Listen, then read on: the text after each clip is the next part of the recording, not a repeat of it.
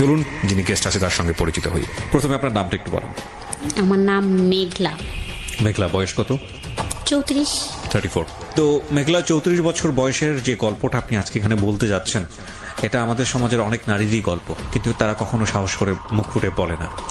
এবং আপনি আজকে সাহস করে এখানে এসেছেন, এবং নিশ্চয়ই কোনো না কোনো মেসেজ আছে যে কারণে আজকে আপনি গল্পটা বলতে চান, যেটা সম্পর্কে আমি এখন পর্যন্ত ক্লিয়ার না। কিন্তু আপনার এই গল্পটার, যেটা আমি দেখলাম, প্রায় এক যুগেরও বেশি সময় ধরে এই ভুল বা অপরাধের সঙ্গে জড়িয়ে থাকা, যাই বলি না কেন আমরা, তাই কি? আচ্ছা, তো আমরা শুরু করি, একবার ব্যাকগ্রাউন্ড থেকে আসি, ছোটবেলা থেকে আসি। ছোটবেলা থেকে মানে আমি যখন ক্লাস 4-এ পড়ি তখন থেকে আমি বুঝি, এর আগে আমার মনে নেই, আমি জানি না আচ্ছা, অবশ্য। ঠিক আছে। বাবা কি করতেন? কিছুই করে না। আচ্ছা। বাবা বেকার, ঘুরে ফিরে খায় দায়, এটাই। আমার দাদার অনেক জমি জমা ছিল, এগুলো বিক্রি করে আর খায়। একদম আমরা দেখছি ছোটবেলায় আমি যে আমার বাবা 34 মাস যাত্রী বলে, গরমের সময় একদম পার নিচের থেকে মাথা পর্যন্ত একটা চাদর টানে ঘুমাতো দুপুরটা। মানে এই জিনিসটা দেখতাম যে একদম ঘুম সুন্দর করে একটা ঘুম দিত, উঠতো, আবার উঠে চলে যাইতো, ওই চার দোকানেই থাকতো। মানে 3-4-এ পড়ি, তখন তো পড়ালেখা করতেছিলাম, তখন ভালোই। তখন আমাদের জমি জমা ছিল অনেক, ফসল টসল থেকেই আমাদের সংসার চলতো। আমাদের কেউ তো আর ছিল না চাকরিজীবী বা কোনো ছিল না। আমি এরকম দেখতেছি যে অনেক কষ্ট। আমার দাদির জীবিত ছিল তখন। তো আমি ছোটবেলায় দেখা যাচ্ছে আমি তো এত কষ্টই ছিল আমার মার, যে আমার মাও কাপড়ের অনেক কষ্ট করছে, খাবারের অনেক কষ্ট করছে, আমিও করছি। যে একটা সালোয়ার কামিজ পরছি, একটা দিয়ে অনেক 3 মাস পরা লাগছে। দেখা যাচ্ছে একটা সালোয়ার কামিজ আমার 3 মাস পর্যন্ত পরা লাগছে, তারপর আবার আর একটা সালোয়ার কামিজ আমার জন্য হয়তো বানানো হয়েছে। তা আমার মা অনেক কষ্ট করে আমারে বানাই দিছে। বোন তো আর ছিল না, আমাকেই দিছে। ছোট 2টা ভাই ছিল। এরকম হয়েছে যে খাবারের কষ্টটা বলি, যে একটু যে চাউল না থাকলে আমার মা শাক রান্না করে খাওয়াইছে, পুঁই শাক রান্না করে খাওয়াইছে। আমার মনে আছে হয়তো একবারের কথা, যে আমরা একদিন বিকালবেলা খুব কান্নাকাটি করতেছিলাম, আমার মা কান্নাকাটি করে যে পুঁই শাকটা আছে ওটা তুলে এনে রান্না করে খাওয়াচ্ছিল, যে এটা খাও, পরে ভাত রান্না করে তোমাদের খাইতে দেওয়া হবে। যাই হোক, এরকম 5 পাস করে 6-এ ভর্তি হলাম, 6 পড়লাম, তারপরে 7-এ উঠলাম। এভাবেই তো জীবন অনেক কষ্ট। তো 7-এ ওঠার আগে একটু বলি যে যখন আমি 5-6-এ পড়ি তখন সাবান কিনা, আমি সাবান চিনতাম না আসলে, আমি সাবানটা কাকে বলে এটা জানতাম না। 5-6-এ পড়া অবস্থায় জানতেন না? না, আমি তাহলে বাসায় কি মানে প্রসাধনী সামগ্রীতে সাবান ছিল না, এরকম আমি কখনো আমি চিনতামই না সাবান কাকে বলে। ও মাই গড। তো একবার খুব কান্নাকাটি করলাম একটা ঈদের সময়, যে আমাকে একটা সাবান কিনে দেওয়া হোক। আমার দাদি আমাকে আমার চুল ধুয়ে দিত মাটি দিয়ে। ও আচ্ছা, আমার দাদি ছিল জীবিত, তো আমাকে নদীতে নিয়ে যাইতো গোসল করার জন্য। আমাদের ডাঙ্গা এলাকা, পানি খুব কম থাকতো, নদী ছিল পাশে বারাসিয়া, ওখানে নিয়ে যাইতো। আমাকে বলতো যে এই মাটি দিয়ে চুল ধুয়ে দিলে তোমার চুল অনেক সুন্দর হবে। উনি ধুয়ে দিত আমার চুলগুলা মাটি দিয়ে, মানে এতটা কষ্ট। তো একবার আমি 5-এ মনে হয় না 6-এ পড়ি, তো কান্না করতেছিলাম ঈদের আগে যে আমাকে সাবান কিনে দিতে হবে, না হলে আমি ঈদের দিন গোসলই করবো না। তা আমার বাবা আমাকে 5 টাকা দিয়ে একটা কসকো সাবান নিয়ে আসে, ছোট্ট একটা কসকো সাবান এনে দেয়। আমি খুব যত্ন সহকারে সাবানটা ব্যবহার করছিলাম অনেক দিন, 15 দিনের মতো। এভাবেই জীবন কাটতেছিল খুব কষ্টের ভিতর দিয়ে। যখন পরীক্ষা আসবে 7-এর, তখন আমি বাসে আমাকে একটা লোক দেখে এবং জিজ্ঞেস করে যে তোমার নাম কি। আচ্ছা, বাসে দেখে? তখন আমি আমার নামটা বলি আর বাবার নামটা, কিন্তু আমি একটু দুষ্টু ছিলাম, মানে খুব একটু চালু ছিলাম তখন। তো আমার নামটা বললাম, এবং বাবার নাম জিজ্ঞেস করলে আমি একটু মানে থমকে গেলাম, যে বাবার নাম কেন জিজ্ঞেস করে। তো আমি কি বলবো, বাবার নামটা মিথ্যে বলবো নাকি? আবার বললাম যে বাবার নাম মানুষ মিথ্যে বলে নাকি, বাবার নামটা সঠিকই বলতে হয়, নাইলে তো কি, মানে একটু দ্বিধাদ্বন্দ্ব করে 1 মিনিট ভাইবে বললাম যে না, বাবার নাম এটা। কিন্তু আমি নামলাম আমাদের গ্রামের মাঝখানে, যেখানে আমাদের বাড়ি তার থেকে মাঝখানে নেমে গেলাম। তা উনি ওইটা ফলো করছে যে এখানে নামছে মেয়েটা। তো নামার পর উনি পরের দিন ওইখানে এসে নামছে, নাইমে জিজ্ঞেস করছে আমার বাবার নাম ধরে যে অমুকের বাড়ি কোনটা। তা ওইখানের মানুষ বলছে না, এইখানে তো তার বাড়ি না, তার বাড়ি হচ্ছে ওই পাড়া, অন্য একটা পাড়া। তা বলছে তার একটা মেয়ে আছে এই নাম। তা বলছে যে হ্যাঁ ওই পাড়া বাড়ি। তা উনি ওইখান থেকে আবার বাঁচে উঠে আমাদের এই পাশে আসছে। তখন সকাল 9টা বাজে, আমি গোসল করি, স্কুলে যাবো দেখে রেডি হচ্ছি। এখন আমি দেখি ওই লোকটা আমাদের বাড়ি আসে, তা আমি ওই লোকটারে দেখে প্রথমত হাসি দিছি, বুঝতে পারছি যে কিছু একটা রং আছে হয়তো। ওই লোকটা আবার কালকে দেখলাম বাচের ভিতর, আজকে কেন দেখলাম যে আমার বাবার সাথে কথা বলতেছে। তখন আমার বাবা বাসায় ছিল, আচ্ছা, তো আমার বাবার সাথে কথা বলতেছে, তো আমার বিয়ের ব্যাপারে মনে হয় সম্ভবত আমার বিয়ের ব্যাপারেই কথা বললো। তা আমি তখন স্কুলে চলে গেলাম, তো ওনারা কি কথা হয়েছে তা তো আমি জানি না। যাই হোক, স্কুল থেকে আসলাম, শুনলাম যে আমাকে নাকি দেখতে আসবে ছেলে পক্ষ থেকে কালকে। তা বললো যে কালকে তো বৃহস্পতিবার, ওই দিন মনে হয় বুধবার ছিল, তো বৃহস্পতিবারের দরকার নাই, তো স্কুলে থাকবে এটা, মানে আমার কথা বললো, তো স্কুলে থাকবে, তাহলে শুক্রবারে আসুক। আইসে আমাকে দেখলো, দেখার আগে আমার একটা ফুপি ছিল, উনি ওই ফুপিকে দেখে, দেখার পর তো বলে যে আমি এই মেয়েই বিয়ে করব। পরের ঘটনা জানছি যে এই মেয়েটা অনেক সুন্দর, আমি এই মেয়েই বিয়ে করব। যাই হোক, উনাকে দেখে পছন্দ করে সবাই। তারপরে যখন ওই ফুপি আমাকে নিয়ে আসে, মানে আমাকে একটা ড্রেস গোলাপি কালার, আমার মনে আছে, গোলাপি একটা ড্রেস, একটা পন্স পরা ছিল আমার, আমাকে নিয়ে আইসে পরে আমার ভাসুর দেখে বললো না না, ওই মেয়ে অনেক বয়স্ক, ওই মেয়ের দরকার নাই, এইটাই নিব আমরা। যাই হোক, এভাবে দেখে চলে গেল। ওই দিন আবার সকালে আসছে ওরা 8টা-9টা বাজে, তখনই আইসে সারাদিন আমাদের বাড়ি ছিল। তো উনি হচ্ছে যার সাথে আমার বিয়ে হবে, উনি একটু বাইরে ওয়াশরুম না বলতে মানে বাইরে গেছিল, তো বাইরে থেকে হাইটে আসতেছিল। হাইটে আসা দেখে আমার মা সে দেখে বলতেছিল যে ছেলেটা কিন্তু আমার পছন্দ হয় নাই। আচ্ছা, আমার বাবাকে বললো যে দেখো, তুমি যে মেয়েটাকে বিয়ে দিবা নিয়ে বসায় রাখছো সন্ধ্যা পর্যন্ত, দেখে চলে যাইতো, তারপর কিছু বলতে, কিন্তু এই যে বসায় রাখলে সন্ধ্যা পর্যন্ত, তো ছেলেটা দেখে কিন্তু আমার ভালো লাগলো না। তো আমি ভিতরে দেখলাম যে আমার আব্বা আর আমার মা ঝগড়াঝাটি করতেছে, মানে একটু কথা কাটাকাটি করতেছে, যে তোমার সব সময় খালি খুদ দরাদরি। বললো যে না, একটু বয়স্ক মনে হয় ছেলেটার হচ্ছে পাটা মনে হয় খোড়া, এটা বললো, একদম ডাইরেক্ট বললো যে পা খোড়া, মানে হাঁটতে পারে না, এরকম মনে হলো। এই জন্যই এত সময় বসেছিল, ওঠে নাই। তো এই ছেলের সাথে মেয়ে দেওয়ার দরকার নাই, বা দিব না, আমার মেয়ে নিয়ে আমি দরকার হলে বাবার বাড়ি চলে যাবো। আচ্ছা, আমার বাবা খুব রাগারাগি করলো, বললো যে এত কথা বলো না, মানে ওদের টাকা পয়সা আছে, অনেক চাকরিজীবী ছেলে টেলে আছে, বিসিএস কেডার অফিসার আছে ফ্যামিলিতে, অনেক ভালো ভালো। এটা দেখে মানুষ তো খালি ছেলে দেখে বিয়ে হয় না, আশেপাশে একটু দেখতে হয়, তাই কথাবার্তা বললো। যাই হোক, ওরা চলে গেল। তো এটা নিয়ে খুব গ্যাঞ্জাম চলতেছিল। তো আমাদের বাড়ির থেকে সবাই দেখতে যাবে আমার হাজবেন্ডদের বাড়ি, তো গেল আমার দাদা টাদা, মানে মুরব্বী যারা, এরা গেল 12-13 জন। একদম ছোট বাচ্চা টাচ্চা কাউকে নিল না আর কি, 15 বছরের নিচে কাউকে নেয়নি, তারও উপরে কাউকে নেয়নি, 20 বছর বয়সেও কাউকে নেওয়া হয়নি, শুধুই একদম মুরব্বী 12-13 জন লোক গেল দেখার জন্য। তারা সবাই সম্মতি দিল যে হ্যাঁ চলে, মানে ওই বংশীয় দিক দিয়ে এবং টাকা পয়সা আমার বাবার থেকে, ওই যে আমার বাবা তো গরিব, বংশীয় দিক দিয়ে টাকা পয়সা এসে শান্তিতে থাকবে মেয়েটাই, এই হিসাবে চলে। সামনে সবে বরাত আসে, সবে বরাতের ভিতরে আমার বিয়ে হয়ে যায়, 15 দিনের ভিতরে আমার বিয়ে হয়ে যায়। আচ্ছা, তো আপনি কি বুঝতে পারছিলেন ওই সময়টাতে বিয়ে মানে কি? আমি আসলে যখন আমার বিয়ে ঠিক হয়ে যায়, একদম দিন পড়ে যায়, দেখা দেখির ভিতর আমি অতটা বুঝতাম না, হাসি খুশি ছিলাম, কোনো কিছুই না। কিন্তু যখন দিন পড়ে যায়, তখন আমার মা ছিল না, রাগারাগি করে আমার নানা বাড়িতে চলে যায়। চলে গেলে যখন বিয়ের দিন আবার একটা শুক্রবারের দিন পড়লো, তা আমি গেলাম আনার জন্য আমার মাকে, যে মা আমাকে তো বিয়ে দিয়ে দিচ্ছে, তাই তুমি কেন আসবা না? তো বললো যে আমার তো এই ছেলে পছন্দ না, তুমি তোমার বাবাকে নিয়ে তোমাদের বিয়ের শাদী, তোমার দাদি আছে জীবিত, যাও তোমরা বিয়ে শাদী করো, পরে আমি আসবো। তা আমি অনেক কান্নাকাটি করলাম যে আসো। যাই হোক, আমি মনে হয় এখন কি বলবো, আমার মনে হয় খুশি ছিলাম আমি। আপনি আসলে বুঝিনি খুশি কি, দুঃখ কি, আর কষ্ট কি? হ্যাঁ, আমি কখনো বুঝিনি যে আসলে ওইখানে গেলে আমার এটাই মনে হচ্ছিল যে অনেক বড় লোক, একটু আমার অনুভূতিটা বলি, যে একটু বড় লোক, তাহলে তো ভালোই, সবকিছু তো সুন্দরী, তো এখান থেকে ওখানে গেলে তো ভালোই থাকবো। আমি তো আসলে স্বামী স্ত্রী এটা ভাবিনি, আমি মনে করছি এই ফ্যামিলির থেকে ওই ফ্যামিলিতে গেলে, যেহেতু বলতেছে এত সুন্দর ঘর দরজা বাড়ি গাড়ি আছে, সবকিছু আছে, ব্যবসা করে ছেলে, অনেক টাকা আছে, তাহলে তো আমি যা চাইবো তাই পাবো। তো বিয়ের 2 দিন 3 দিন পর বিয়ে হয়ে গেল। যাই হোক, আমাকে আমার বাবার বাড়ি রাখা হলো, নিল না।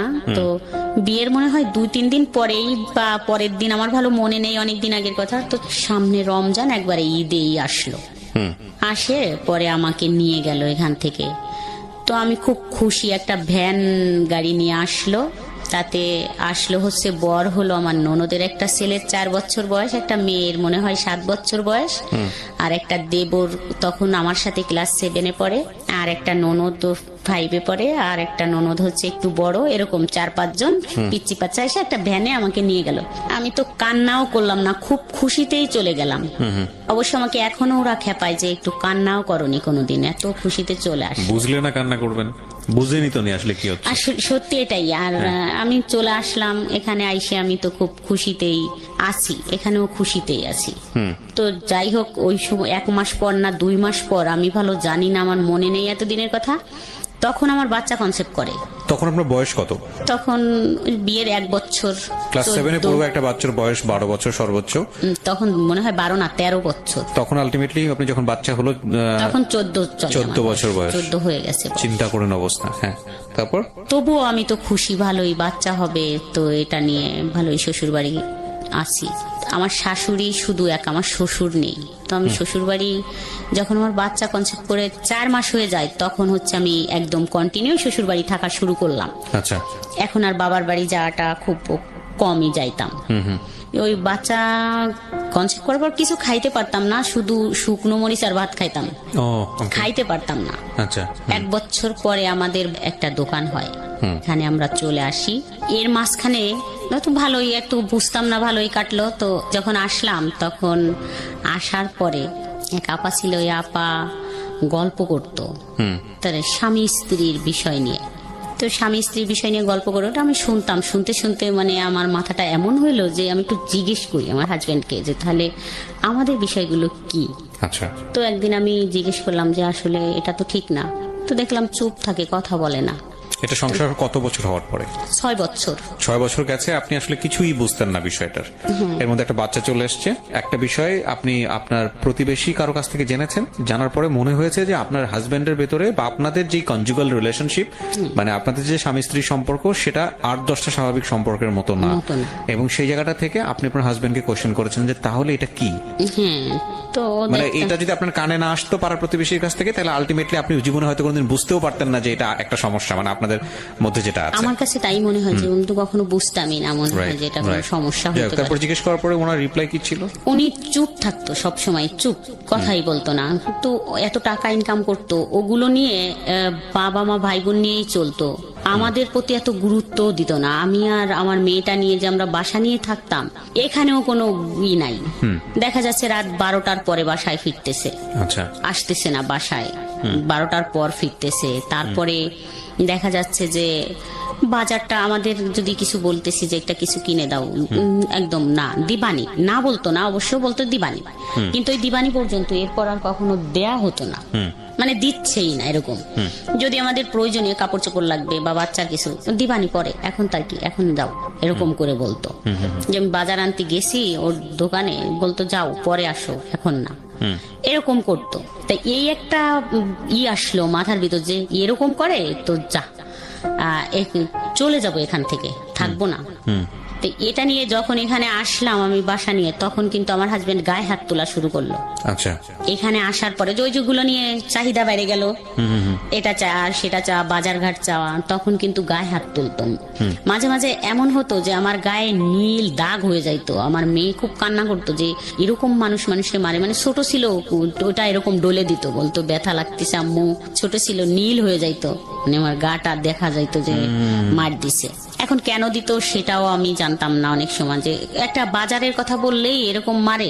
তো খুব রাগ হইতো যে আমি চলে যাব, বাবার বাড়ি যাইতাম। তো বাবার বাড়ি গেলে আমার মা বলতো যে না, স্বামীর থেকে হলো আসতে হয় না, স্বামী হচ্ছে অনেক জিনিস, স্বামী খুশি না থাকলে ভেস্তে যাওয়া যায় না, বা শান্তি হয় না, মানুষ বিকে করে খায়, এটা যাও। তো আমি সকালে গেলে বিকালেই আমাকে পৌঁছে দিত যে যাও চলে এখনই। আবার আমি চলে আসতাম এখানে, এরকম কিছুদিন কাটলো।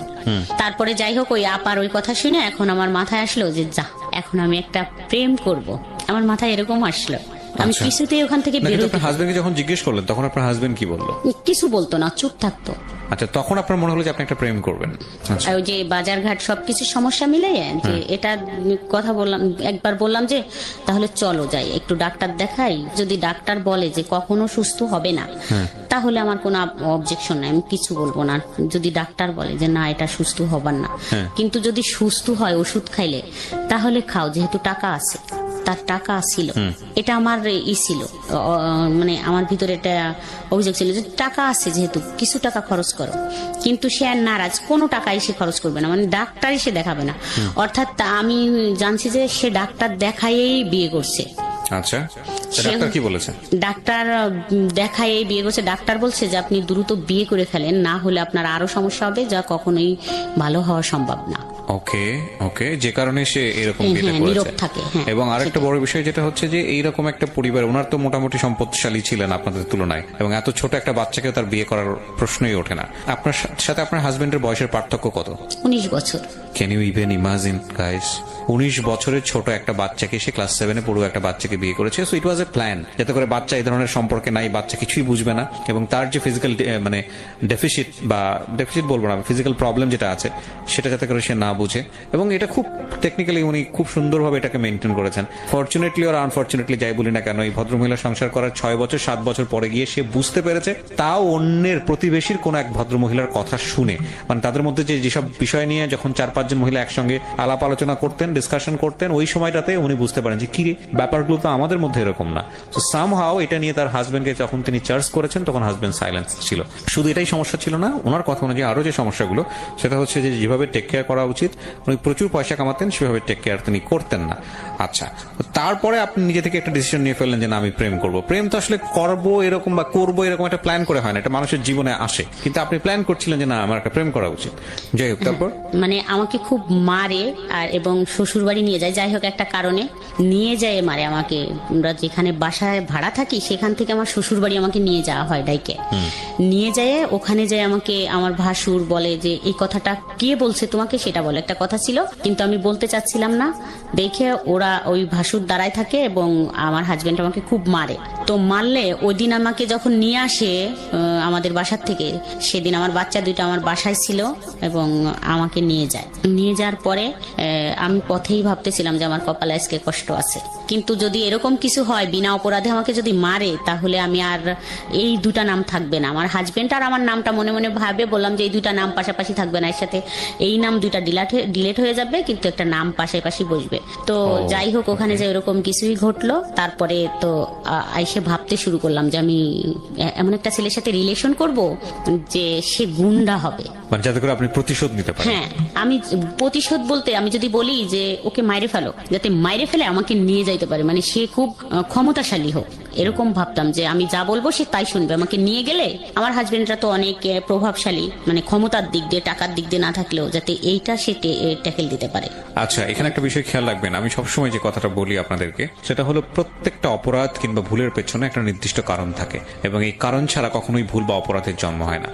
যেমন ধরুন, ভদ্রমহিলা এখন গল্পের যে জায়গাটিতে আছে, সেই জায়গাটি থেকে যদি একটা টার্ন নেয় এরকম ভাবে যে না, একসময় সে এরকম একটা সম্পর্ক করলো এবং তার হাজবেন্ডকে মেরে ফেললো। আমরা গণমাধ্যমে, পত্রপত্রিকায়, মিডিয়াতে যেসব জিনিস আমরা দেখি, যে একটা ঘটনা একেবারে যখন এক্সট্রিম পর্যায়ে চলে যায় তখন সেটা চলে আসে। যেমন ধরেন, কিছুদিন আগে এরকম একটা খবর আপনারা হয়তো সোশ্যাল মিডিয়াতে দেখেছেন যে একজন ভদ্রমহিলাকে অ্যারেস্ট করা হয়েছে, পুলিশ অ্যারেস্ট করেছে, এবং সে অ্যারেস্ট করার সঙ্গে সঙ্গে জবানবন্দি দিয়েছে যে সে তার হাজবেন্ডকে ঠান্ডা মাথায় খুন করেছে, খুন করে ওয়ার্ড্রয়ারে রেখে দিয়েছিল 6 দিন বা 7 দিন। এখন এইটা ডিরেক্টলি যখন একটা পত্রপত্রিকা বা মিডিয়াতে চলে আসে, তখন আপনি শুধু এটুকুই জানেন কি করেছে, মহিলাটা তার হাজবেন্ডকে খুন করেছে, এবং মহিলা দেখা যাচ্ছে কানতে কানতে সেটা সে একটা স্টেটমেন্ট দিচ্ছে কি, যে আমি আমার হাজবেন্ডকে খুন করেছি, খুন করে তাকে একেবারে ড্রয়ারে রেখে আমি অফিসে করেছি। ভদ্রমহিলা গার্মেন্টসে কাজ করে, অফিস করে এসে 2 দিন যাবত সে অফিস করেছে, তারপরে গিয়ে এসে ধরা পড়েছে। তো আপনি তখন মহিলাটাকে কি ভাববেন? নিঃসন্দেহে খারাপ ভাবেন। ইনফ্যাক্ট এটা খারাপ কাজ, ভয়ঙ্করতম খারাপ কাজ, অপরাধ করেছে সে, শাস্তি পাওয়ার যোগ্য।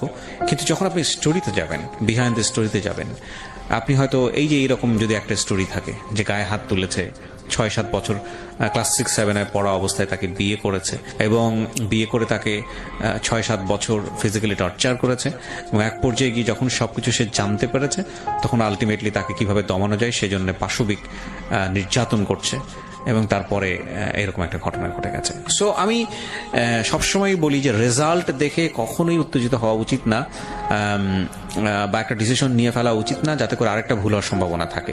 সবসময় বিহাইন্ড দ্য স্টোরিতে যাওয়া উচিত, আমি মনে করি এটা। হ্যাঁ, ডেফিনেটলি আইন নিজের হাতে তুলে নিলে তো সেক্ষেত্রে নিজের শাস্তি পেতেই হবে, এবং সেক্ষেত্রে কেউই রেহাই পায় না। যাই হোক, বলেন তারপর কি হলো? এগুলো ভাবতেছি, মানে ভাবতে তো আর সময় লাগবে, সম্পর্ক হইতেও তো সময় লাগে, এরকম তো খুব প্রতিশোধ নিতে হবে। প্রতিশোধ মানে আমার এখান থেকে বেরোইতে হবে, এটাই ছিল যে আমি তো আমার বাবা মার কাছে যাচ্ছি। আচ্ছা। ওরা তো ওই যে আমার হাজবেন্ডের টাকায় কিন্তু আমার বাবার বাড়ি চলছে। এখানে আর একটু বলি যে আমার যেই 3টা ভাই, এরা তো বড় হয়ে গেল আস্তে আস্তে। তো ওই যে আমার বাবা তো কাজ করে না কিছু, তো আমার হাজবেন্ড আবার আমার মাকে খুব হাত করছে, মানে এখান থেকে কিছু টাকা পয়সা ওখানে দেয়, যেটা একটু সংসার চলে, হয়তো মাসে 2-3 হাজার বা 5 হাজার টাকা দিলেও দিয়ে তাদের একটু চলতেছে। এই জন্য হচ্ছে আমার হাজবেন্ডের সাপোর্ট নিত। আচ্ছা, মানে আপনার সাপোর্ট নিত না? আপনার না না, কখনোই আমার সাপোর্ট তো তারা কখনো নেয়নি বা নেয় না। সব সময় বলে যে ও ভালো মেয়ে না, ও ভালো না, ও ভালো না, এরকম করে বলে। পরে এসে দেখা যাচ্ছে আমার আবার একটা বাচ্চা কনসেপ্ট করলো, তো সেখানে আমার একটা ছেলে হয়। আচ্ছা। তো ছেলে হওয়ার পরে আমার হাজবেন্ড আবার এই সময়, ছেলের যখন 5-7 মাস বয়স, তো তখন আমার হাজবেন্ড আবার পাগল হয়ে যায়, মানে ব্রেন শর্ট হয়ে যায় ওর।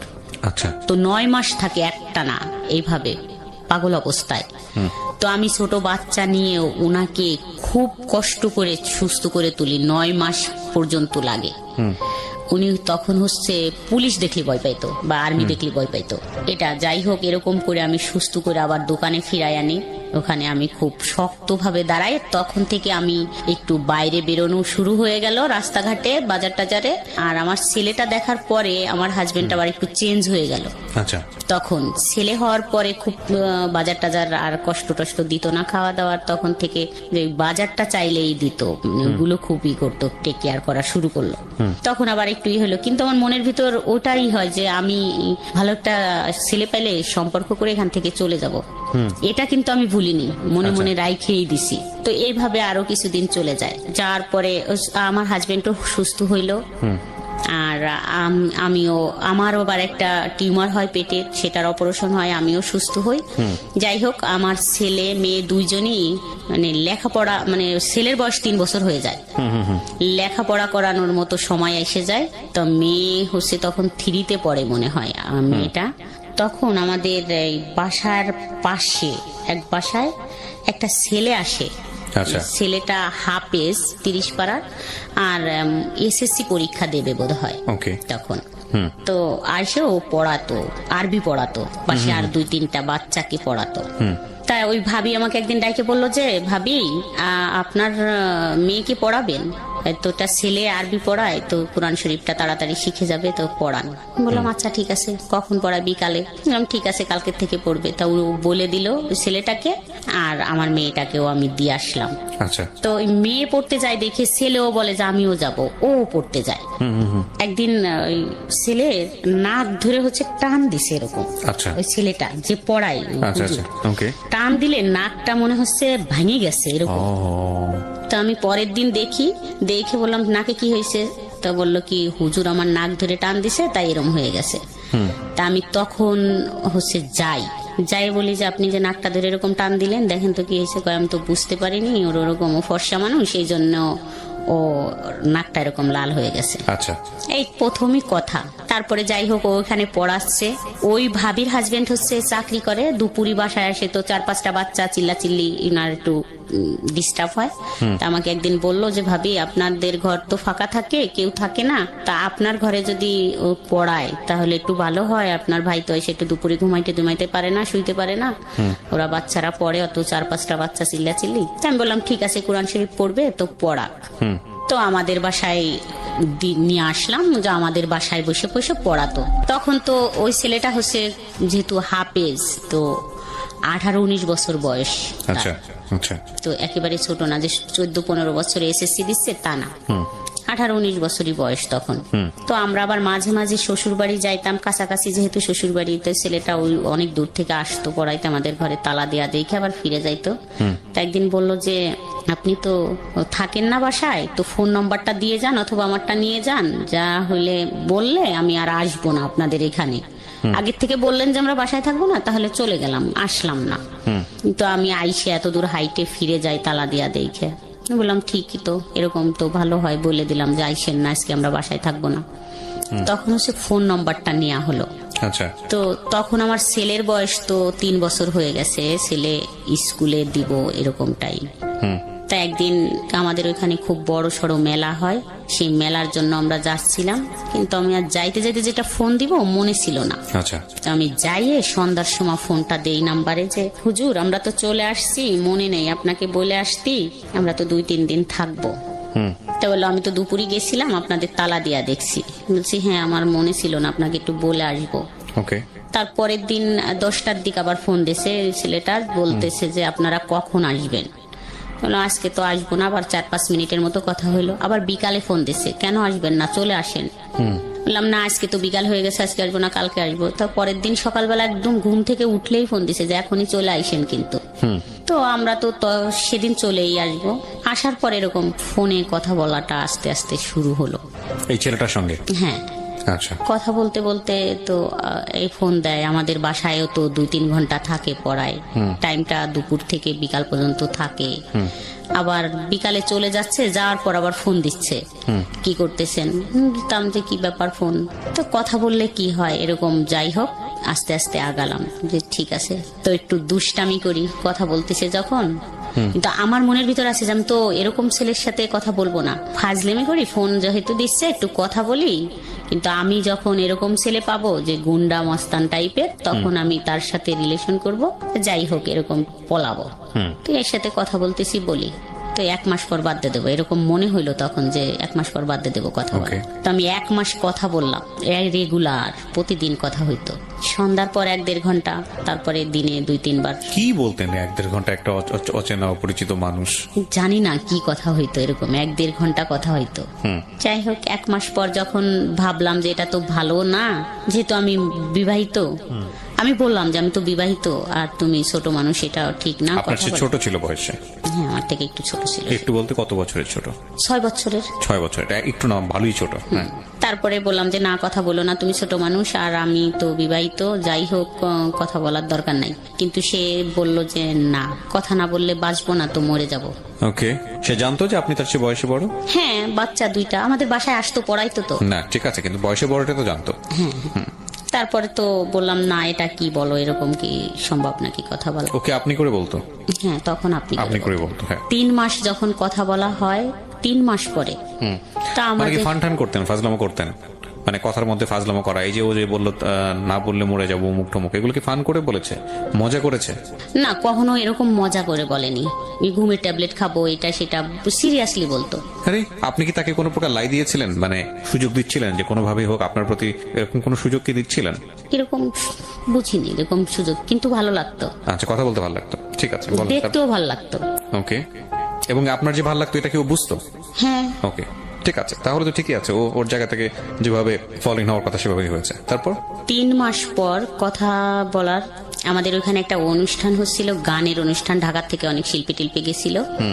অবশ্য সেদিন প্রথম বলল যে এখানে যাওয়া যাবে না, যেহেতু ও হুজুর, মানে ও তো হাফেজ ছিল 30 পাড়ার। তো আমি একটু যেহেতু এরকম সাজুগুজু করতাম, এগুলো থেকে শুরু করলো যে না এরকম সাজা যাবে না, বোরখা পরে চলতে হবে বা মুখ টুক ঢাকতে হবে, পর্দা করতে হবে, নামাজ পড়তে হবে। তো নামাজে ফুল ফিট চলে আসলাম, 5 ওয়াক্ত নামাজ পড়া।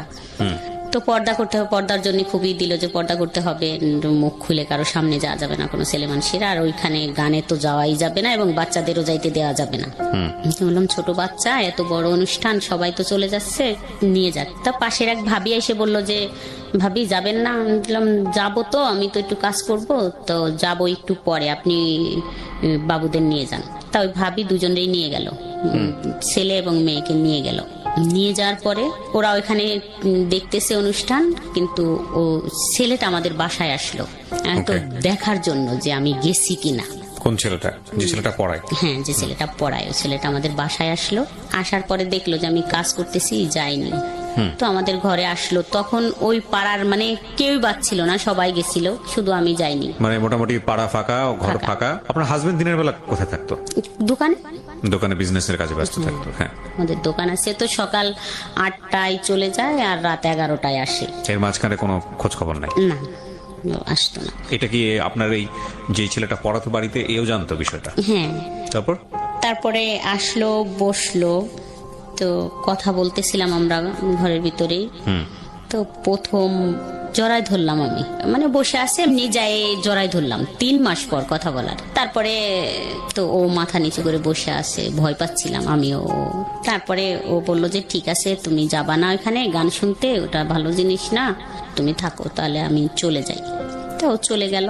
চলে যাওয়ার পরে এরকম তো 1 বছর কথা হইলো আমাদের। এইরকম বাসায় যাওয়া আসা? হ্যাঁ, তো প্রতিদিন আসে ও পড়াইতে, ওটাই। তাই ছাড়া এমনি হয়তো কখনো আসলে আমি শুয়ে আছি, হয়তো আমার পায়ে হাত দিল, পাটা একটু হাত দিল, এরকম হয়তো আমার মাথায় হাত দিল বা আমার চুলে একটু হাত দিল, এরকমই হাত দিত। মানে বিষয়টা কি দাঁড়াচ্ছে যে আপনারা কি দুজনকে ভালোবেসে ফেললেন, নাকি এটা অন্য কোনো ধরনের সম্পর্ক ছিল? না, দুজনকে ভালোবেসে ফেললাম। মানে এরকম হইলো যে আমি তো কান্না করতাম আর বলতাম যে এরকম এরকম, আমি তো ভাবছি যে আমি এরকম একটা ছেলেকে ভালোবাসবো, আমি তো থাকবো না এখানে। তা ও বলতো যে ঠিক আছে, আমি তোমাকে ওখান থেকে নিয়ে যাব, আর রাখবো না ওখানে, মানে আমার একটু সময় দাও, আমি নিয়ে যাব। এরকমই কথা চলতো। মানে আপনার এই অতীত জীবন সম্পর্কে বা আপনার সংসার জীবন সম্পর্কে আপনি তাকে বলতেন, শেয়ার করতেন? বলতাম।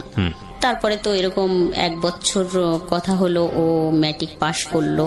এখন ওদের বাসার থেকে তো ওকে বলে যে চাকরি বাকরি করো, তো বসে থাকা যাবে না। তো একবার ঢাকায় আসতো, কান্নাকাটি করতো, আমি থাকতে পারি না, তোমাকে থুয়ে থাকতে পারি না, এরকম বলতো। তারপরে যখন এরকম কিছু হয়, তখন আমি কখনো তো কোনো ছেলের সাথে এইভাবে মিশিনি। আমার ক্লাস 7 থেকে বিয়ে হয়ে যায়, আমি তো আমার হাজবেন্ডের সাথেই থাকতাম একসাথে এখানে বাসায়। তো এরকম কিছুর পরে আমি ভাবলাম যে এরকম আবার পৃথিবীতে কিছু আছে, এত সুন্দর মানুষ হইতে পারে, এত ভালো লাগা থাকতে পারে, বা এত মানুষকে এত ভালোবাসতে পারে, এরকম আরো বেশি কনফিডেন্সের সাথে হয়ে গেলাম যে না, এটাই তো সবকিছু, এরকমই তো সব, এটা কি। তো আমি তখন মনে মনে ভাবলাম যে যাই হোক, ধরেই রাখবো সারা জীবন, কখনোই আর ছাড়ে যাব না। তো অনেক কান্নাকাটি করলাম, কথা বললাম, বললো যে চিন্তা করো না, আমি শুধুই তোমার, অন্য কারো না। আবার কথাবার্তা বলা শুরু, কথা বলতে বলতে এরকম তো মনে করেন 3 বছর হয়ে যায়। 3 বছর পর একটা বিয়ের অনুষ্ঠান থাকে, ও যায় সেখানে। যাওয়ার পরে বলে যে আমি তো একটা বিয়ের অনুষ্ঠানে আসছি, ফোন দিয়ে, তুমি কি এখানে আসবা? তো বললাম ঠিক আছে, আমি রান্না টান্না করি, তারপর রেডি হইলে তুমি নিয়ে যাও। তারপর আমি রান্না শেষ করে আমি তো আমার বাচ্চাদের রাইখে সবকিছু বুঝাই দিয়ে তো বললাম যে ঠিক আছে তোমরা থাকো, আমি যাবো আর আসবো। আমাকে মোটরসাইকেলে নিয়ে যায়। নিয়ে গেলে আমার হাজবেন্ড বাসায় আসে 12টার দিকে, আমি মনে হয় 11টার দিক বেরোই, বা 10:30 11টা এরকম বাজে। তো 12টা বা 12:30টায় আমার হাজবেন্ড বাসায় আসে। তখন আইসে মানে আমাকে দেখে না, ওদের দুজনকে দেখে যে ওরা দুজন বাসায় একা আছে, আমি নেই। তো তখনই ওই ছেলেটাদের, আপনার 2 বাচ্চাকে দেখে। হ্যাঁ, তখনই ওই ছেলেটাদের বাসায় যায়, মানে কিছুই জানে না বা কোনো কিছুই না, কিন্তু আমাকে দেখতো আশেপাশের মানুষ। আমি ফোনে সারাক্ষণ কথা বলতাম, যে খালা টালা যাদের বলতাম, ভাবি টাবি, ওরা বলতো তোর তো কান নষ্ট হয়ে যাবে, তুই ফোনে কথা বলিস এইভাবে, তোর কান নষ্ট হয়ে যাবে। তো ওইটা বুঝতো যে আমি ফোনে কারোর সাথে কথা বলি। কিন্তু আমার হাজবেন্ড একবারে ডাইরেক্ট ওদের বাসায় যায় বলে যে আপনার ছেলে আমার বউ নিয়ে চলে গেছে, আরো 10 লক্ষ টাকা নিয়ে গেছে, আমার বউ নিয়ে আসেন, আমার 2টা বাচ্চা রাইখে নিয়ে চলে গেছে। এর আগ পর্যন্ত কি এই ছেলেকে নিয়ে আপনার সঙ্গে কোনো কথাবার্তা হয়েছে? আপনার হাজবেন্ডের কোনো কিছু কথাবার্তা হয়নি? কোনো হাজবেন্ড বললেন মানে কারোরই কোনো কথাই হয় নাই। আপনার হাজবেন্ড এই ছেলেটাকে সন্দেহ করে, এরকম কোন আচরণ দেখিয়েছে? না, ও তো কখনো দেখেইনি যে ও কখন বাসায় আসে আর কখন যায়। আপনার বাড়ির আশেপাশে কেউ কি সন্দেহ করতো এই ছেলেটাকে নিয়ে? এই ছেলেটাকে নিয়ে সন্দেহ করতো, যে ফোনে কথা বলতাম এটাই সন্দেহ করতো, যে ফোনে কথা বলে। ফোনে কার সঙ্গে কথা বলে সেটা কি জানতো? সেটা কেউ জানতো না। তারপরে ধাম করে গিয়ে সে ওই বাড়িতে গিয়ে বলে যে আপনার ছেলে নিয়ে চলে গেছে। এখন হ্যাঁ, ও ওদের বাড়ি গেছে, যাইয়ে ওর বোন আছে। বাড়ি কতদূর ছিল আপনাদের এখান থেকে? আমাদের থেকে অল্প একটু দূর, কতটুকু বলবো, 7 কিলো। Half half kilo? কিলোর থেকেও কম। আচ্ছা, হেঁটে যাওয়া গেলে কতক্ষণ লাগে? 5 টাকা রিক্সা ভাড়া বা Okay, ভ্যান ভাড়া 5 ঠিক টাকা, আছে, কাছাকাছি। হ্যাঁ, কাছাকাছি একদম। তো যাই বলে, আর আমি তো সত্যি সত্যি ওর কাছেই ছিলাম, যেহেতু ওই বিয়ের অনুষ্ঠানে। তা ওর বোন হচ্ছে ফোন দিয়ে ওকে বলে যে তুই যে ওকে নিয়ে গেছিস, এখানে তোর হাজবেন্ড আইসে দেখ কি করতেছে, ও যদি তোর কাছে থাকে তাহলে ওকে পৌঁছে দি তাড়াতাড়ি, না হলে কিন্তু ঝামেলা করবে। ওই যে ক্ষমতা, সেই ক্ষমতা দেখাচ্ছে। ও আমাকে মোটর সাইকেলে আমার মামা বাড়ি দিয়ে আসে, আমাকে প্রশ্ন করতে থাকে যে আমি কোথায় তোমাকে দিলে ব্যাপারটা ঠান্ডা হবে। তো আমি ভাবলাম যে তাহলে আমার মামা বাড়ি যদি তুমি দিয়ে যাও, তাহলে আমি বলবো যে আমি তো মামা বাড়ি আসছিলাম, তাহলে হয়তো ব্যাপারটা একটু মেনটেন হবে। তো আসলাম মামা বাড়ি দিয়ে, ও মোটরসাইকেল টান দিয়ে তো আমাদের বাসার এখানে আইসে আমার হাজবেন্ডের দোকানেই সরাসরি আসছে, আইসে কথা বলছে, আপনি এরকম যাই বলছেন, আপনি আমি ওকে নিয়ে গেছি, কই আমি তো নিয়ে যাই, আমি তো বাসায়, আর আপনার ওয়াইফ কোথায় গেছে আপনি খুঁজে দেখেন, এরকম কিছু বলতেছিল। তখন হচ্ছে আমাদের রিলেশন 2-3 বছর হয়ে গেছে। আচ্ছা। তারপরে আমি যে মামা বাড়ি আমাকে নামাই দিল, ওর বাড়িও খোঁজ অনেক হয়ে গেছে, ফোনে তো সবার কাছে জানাজানি হয়ে গেছে, আমাকে পাওয়া যাচ্ছে না, চলে গেছি আমি এরকম। তা ওই মামিরে বললাম, আমার মামিরে, যে মামি এরকম তো করছে, তাহলে আমাকে কিভাবে পৌঁছে দিয়ে আসবেন, আসেন, আমার তো ভয় করতেছে। তারপর বললো তুই সত্যি কথা বলতো, তুই কোথায় ছিলি? তা আমি সত্যি বললাম যে ওর সাথেই ছিলাম, ওই ছেলেটার সাথে ছিলাম, এরকম একটা ছেলের সাথে কথা বলি, ছেলেটা কিন্তু অনেক সুন্দর দেখতে, আর আমি কিন্তু ওর সাথে চলে যাব। ওই মামিকে বললাম আমি কিন্তু ওকে বিয়ে করব, এটা একটু সময় লাগবে ওর চাকরির জন্য, তাই তুমি আমাকে যেভাবে পারো ঘরে দিয়ে আসো। তখন মামির কাছে ডিসক্লোজ করলেন? হ্যাঁ হ্যাঁ বললাম। তো ওই মামি আমার একটা মামাতো ভাইকে ডাইকে বললো যে এই ঘটনা। তা ওই মামাতো ভাই বললো যে তাহলে ছেলেটাকে ডাকতো, তোকে দিয়ে আসার আগে ছেলেটাকে দেখি, যে আসলে ছেলেটা তোর কথা মতো যদি সুন্দর হয়, ভালো হয় ছেলেটা, তাহলে আমরাই তোর এর থেকে বের করব, মানে এখানে ডিভোর্স আর ওইখানে বিয়ে দিয়ে দেবো, এরকম কথা হলো। আমি ফোন দেওয়ার সাথে ও আবার চলে আসলো আমার মামা বাড়িতে। তা আসার পর বলল যে কেন আসবো? তা আমি বললাম যে তোমাকে দেখতে চাচ্ছে, যদি কথাটা যেহেতু এরকম হয়েছে যে চলে গেছে, তাহলে ওরা যদি দেখে তোমাকে ভালো লাগে, তা বলছে তাহলে এখানে এরকম কিছু হবে যে ওখান থেকে ডিভোর্স, আর এখানে তুমি আমার 2-3 মাস অপেক্ষা করার পর তোমার সাথে আমার বিয়ে হবে, ওরা বলতেছে। তা ও রাজি হলো, ও চলে গেল ওখানে। কি করতো তখন ও তখন কিছু করতো না। বয়স কত তখন ছিল ওর? এসএসসি পাশ করছে মাত্র, 19। চিন্তা করেন অবস্থা।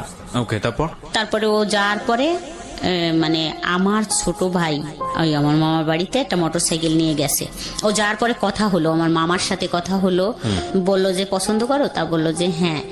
তাহলে কি করবা? বললো যে আপনি যেটা বলেন। মামা বললো তাই কি করবো, আমি কি বলবো তোমারে, ও তো একজনের বউ। তা বললো ঠিক আছে, ওখান থেকে নিয়ে আসার ব্যবস্থা করেন, তারপরে এটা মিউচুয়াল হলে আমি ওকে বিয়ে করব, নিয়ে যাব এখান থেকে, আপনার টেনশন নাই। তারপরে ওইভাবে কথা সেটেল হয়ে ওকে বললো যে তাহলে ঠিক আছে, আমি ওকে উঠাই দিয়ে আসি বাসে। পাশেই রাস্তা, হাইওয়ে নিয়ে গেছে, কিন্তু আমাকে ফোন দিয়ে বলতেছে এখানে কিছু লোক আমাকে আটকে রাখছে, তুমি একটু আসো। তো আমি, ছেলেটা আমাকে ফোন দিয়ে বললো যে আমাকে তো এখানে আটকে রাখছে, তুমি একটু আসো, দেখো আমাকে তো বাসে উঠতে দিচ্ছে না, আমাকে যাইতেই দিচ্ছে না। এখন বলে তোমার হাজবেন্ড কাকে কাকে নিয়ে আসতেছে, এখানে তো ঝামেলা। তো আমি দৌড়ে গেলাম, আমার মামি, ওই মামিটাও গেল সাথে, দুজনে দৌড়াই গেলাম। যাই দেখলাম যে আমার ছোট ভাই, মানে আমার ছোট ভাই আপন ছোট ভাই ওখানে দাঁড়ায় আছে, অনেক লোকজন, মানে বিশৃঙ্খল খুবই, কি হচ্ছে, ওকে মারতে যাচ্ছে, তুই একজনের বউকে নিয়ে আসছিস হ্যান ত্যান। তাও বলতেছে না আমি তো নিয়ে আসিনি, আমাকে তো ডাইকে আনা হয়েছে, এরকম বলতেছে। ও যাই হোক, পরে আমি যাই দেখলাম যে খুব চিল্লাচিল্লি হচ্ছে। তা আমি আমার ওই ছোট ভাইয়ের 2 পা জড়ায় ধরলাম, বললাম যে ভাই সাইরে দে, ওকে চলে যাইতে দে, তারপর যা বলিস আমাকে বলিস বা এইভাবে বলিস যে তোর ভাইয়া যদি আসে তুই বলতে পারবি যে আমার বোনের নামে এরকম একটা মিথ্যে অপবাদ দিচ্ছেন, কেউ তো ছিল না, নিয়ে যান আপনি, এইভাবে দিয়ে দিস, আমি আর জীবনে কখনো কথাও বলবো না ওর সাথে। কিন্তু ওরা তা শুনলো না। আমি বললাম যে সাইরে দে, আমি আর কথা বলবো না, যা তোদেরকে তোরা যেভাবে বলিস সেভাবে হবে, কিন্তু ওকে যাইতে দে। দিল না, যেতে দিল না, ওরা আটকেই রাখলো। রাখার পরে তখন আমার ফোনটা কাইরে নিয়ে গেল, বাড়ির পর নিয়ে আসলো। এখানে আমার একটা প্রশ্ন আছে, সেটা হচ্ছে যে আপনার যে ছেলেটার সঙ্গে সম্পর্ক, ও তো আপনার হাজবেন্ডের দোকানে গিয়ে দেখা করে আসছে অলরেডি, তারপরে যে আবার আমি ফোন দিয়ে আনছি। আচ্ছা, ওই একই দিনে ঘটনাগুলো ঘটে যাচ্ছে? হ্যাঁ। আচ্ছা, তো আপনি ফোন দিয়ে আনার পথে এটা আপনার ভাইয়ের হাতে পড়লো কিভাবে ওই ছেলেটা? জানি না, ওই আমার মামাতো ভাই বললো যে আমি ওকে আগাই দিয়ে আসি, উঠাই দিয়ে আসি, বাচ্চা ও তো চিনবে না। ও এখানে এসে আপনার সঙ্গে দেখাও করেছে? হ্যাঁ, দেখা করে যে কথা হয়েছে, কথা হয়ে তারপরে চলে গেছে, যাওয়ার পরে ধরা পড়ছে। হ্যাঁ, যাওয়ার পরে রাস্তায় যখন, তখন আপনি আপনার মামাতো ভাইয়ের এখানে? হ্যাঁ, মামা বাড়ি। আচ্ছা, আমাকে তো মামা মামা বাড়ি নামাই দিচ্ছে। ওকে ফাইন, তারপর তো বাড়ির পান নিয়ে আসলো, খুব মারামারি, আমাকেও খুব গালাগালি করলো। এটা কে করছে? আপনার ভাই? ভাই, চাচি ছিল সাথে, তারপরে আমার হাজবেন্ডের সাথে আরো লোকজন ছিল। মানে ভাইয়ের সাথে মোটামুটি ছিল। একবারে আউটব্রাস্ট হয়ে গেল হ্যাঁ, এলাকায়, সব তখন একদম সার্কুলার হয়ে গেল। চিচি করার মতো অবস্থা। আপনার বাচ্চা চাচা। তখন বয়স কত? দুইটার? বড়জন 4-এ পড়ে, আর ছোটজন? 4-5-এ পড়ে মনে হয়। ছোটজন তো নার্সারিতে পড়ে। তার মানে ছোটজন কিছুটা হয়তো বুঝবে না, কিন্তু বড়জন মোটামুটি বোঝার বয়স। খুবই দুঃখজনক আসলে। যাই হোক, তারপর আমার বাবার বাড়ি নিয়ে আসা হলো, আমার মামা বাড়ির থেকে নিয়ে এসে ওখানে খুব মারামারি ধরাধরি হইলো। তো খুব হাতে পায়ে ধরলাম যে মারামারির দরকার নাই, ঠিক আছে যা বলবে সেটাই শুনবো, ছেড়ে দাও।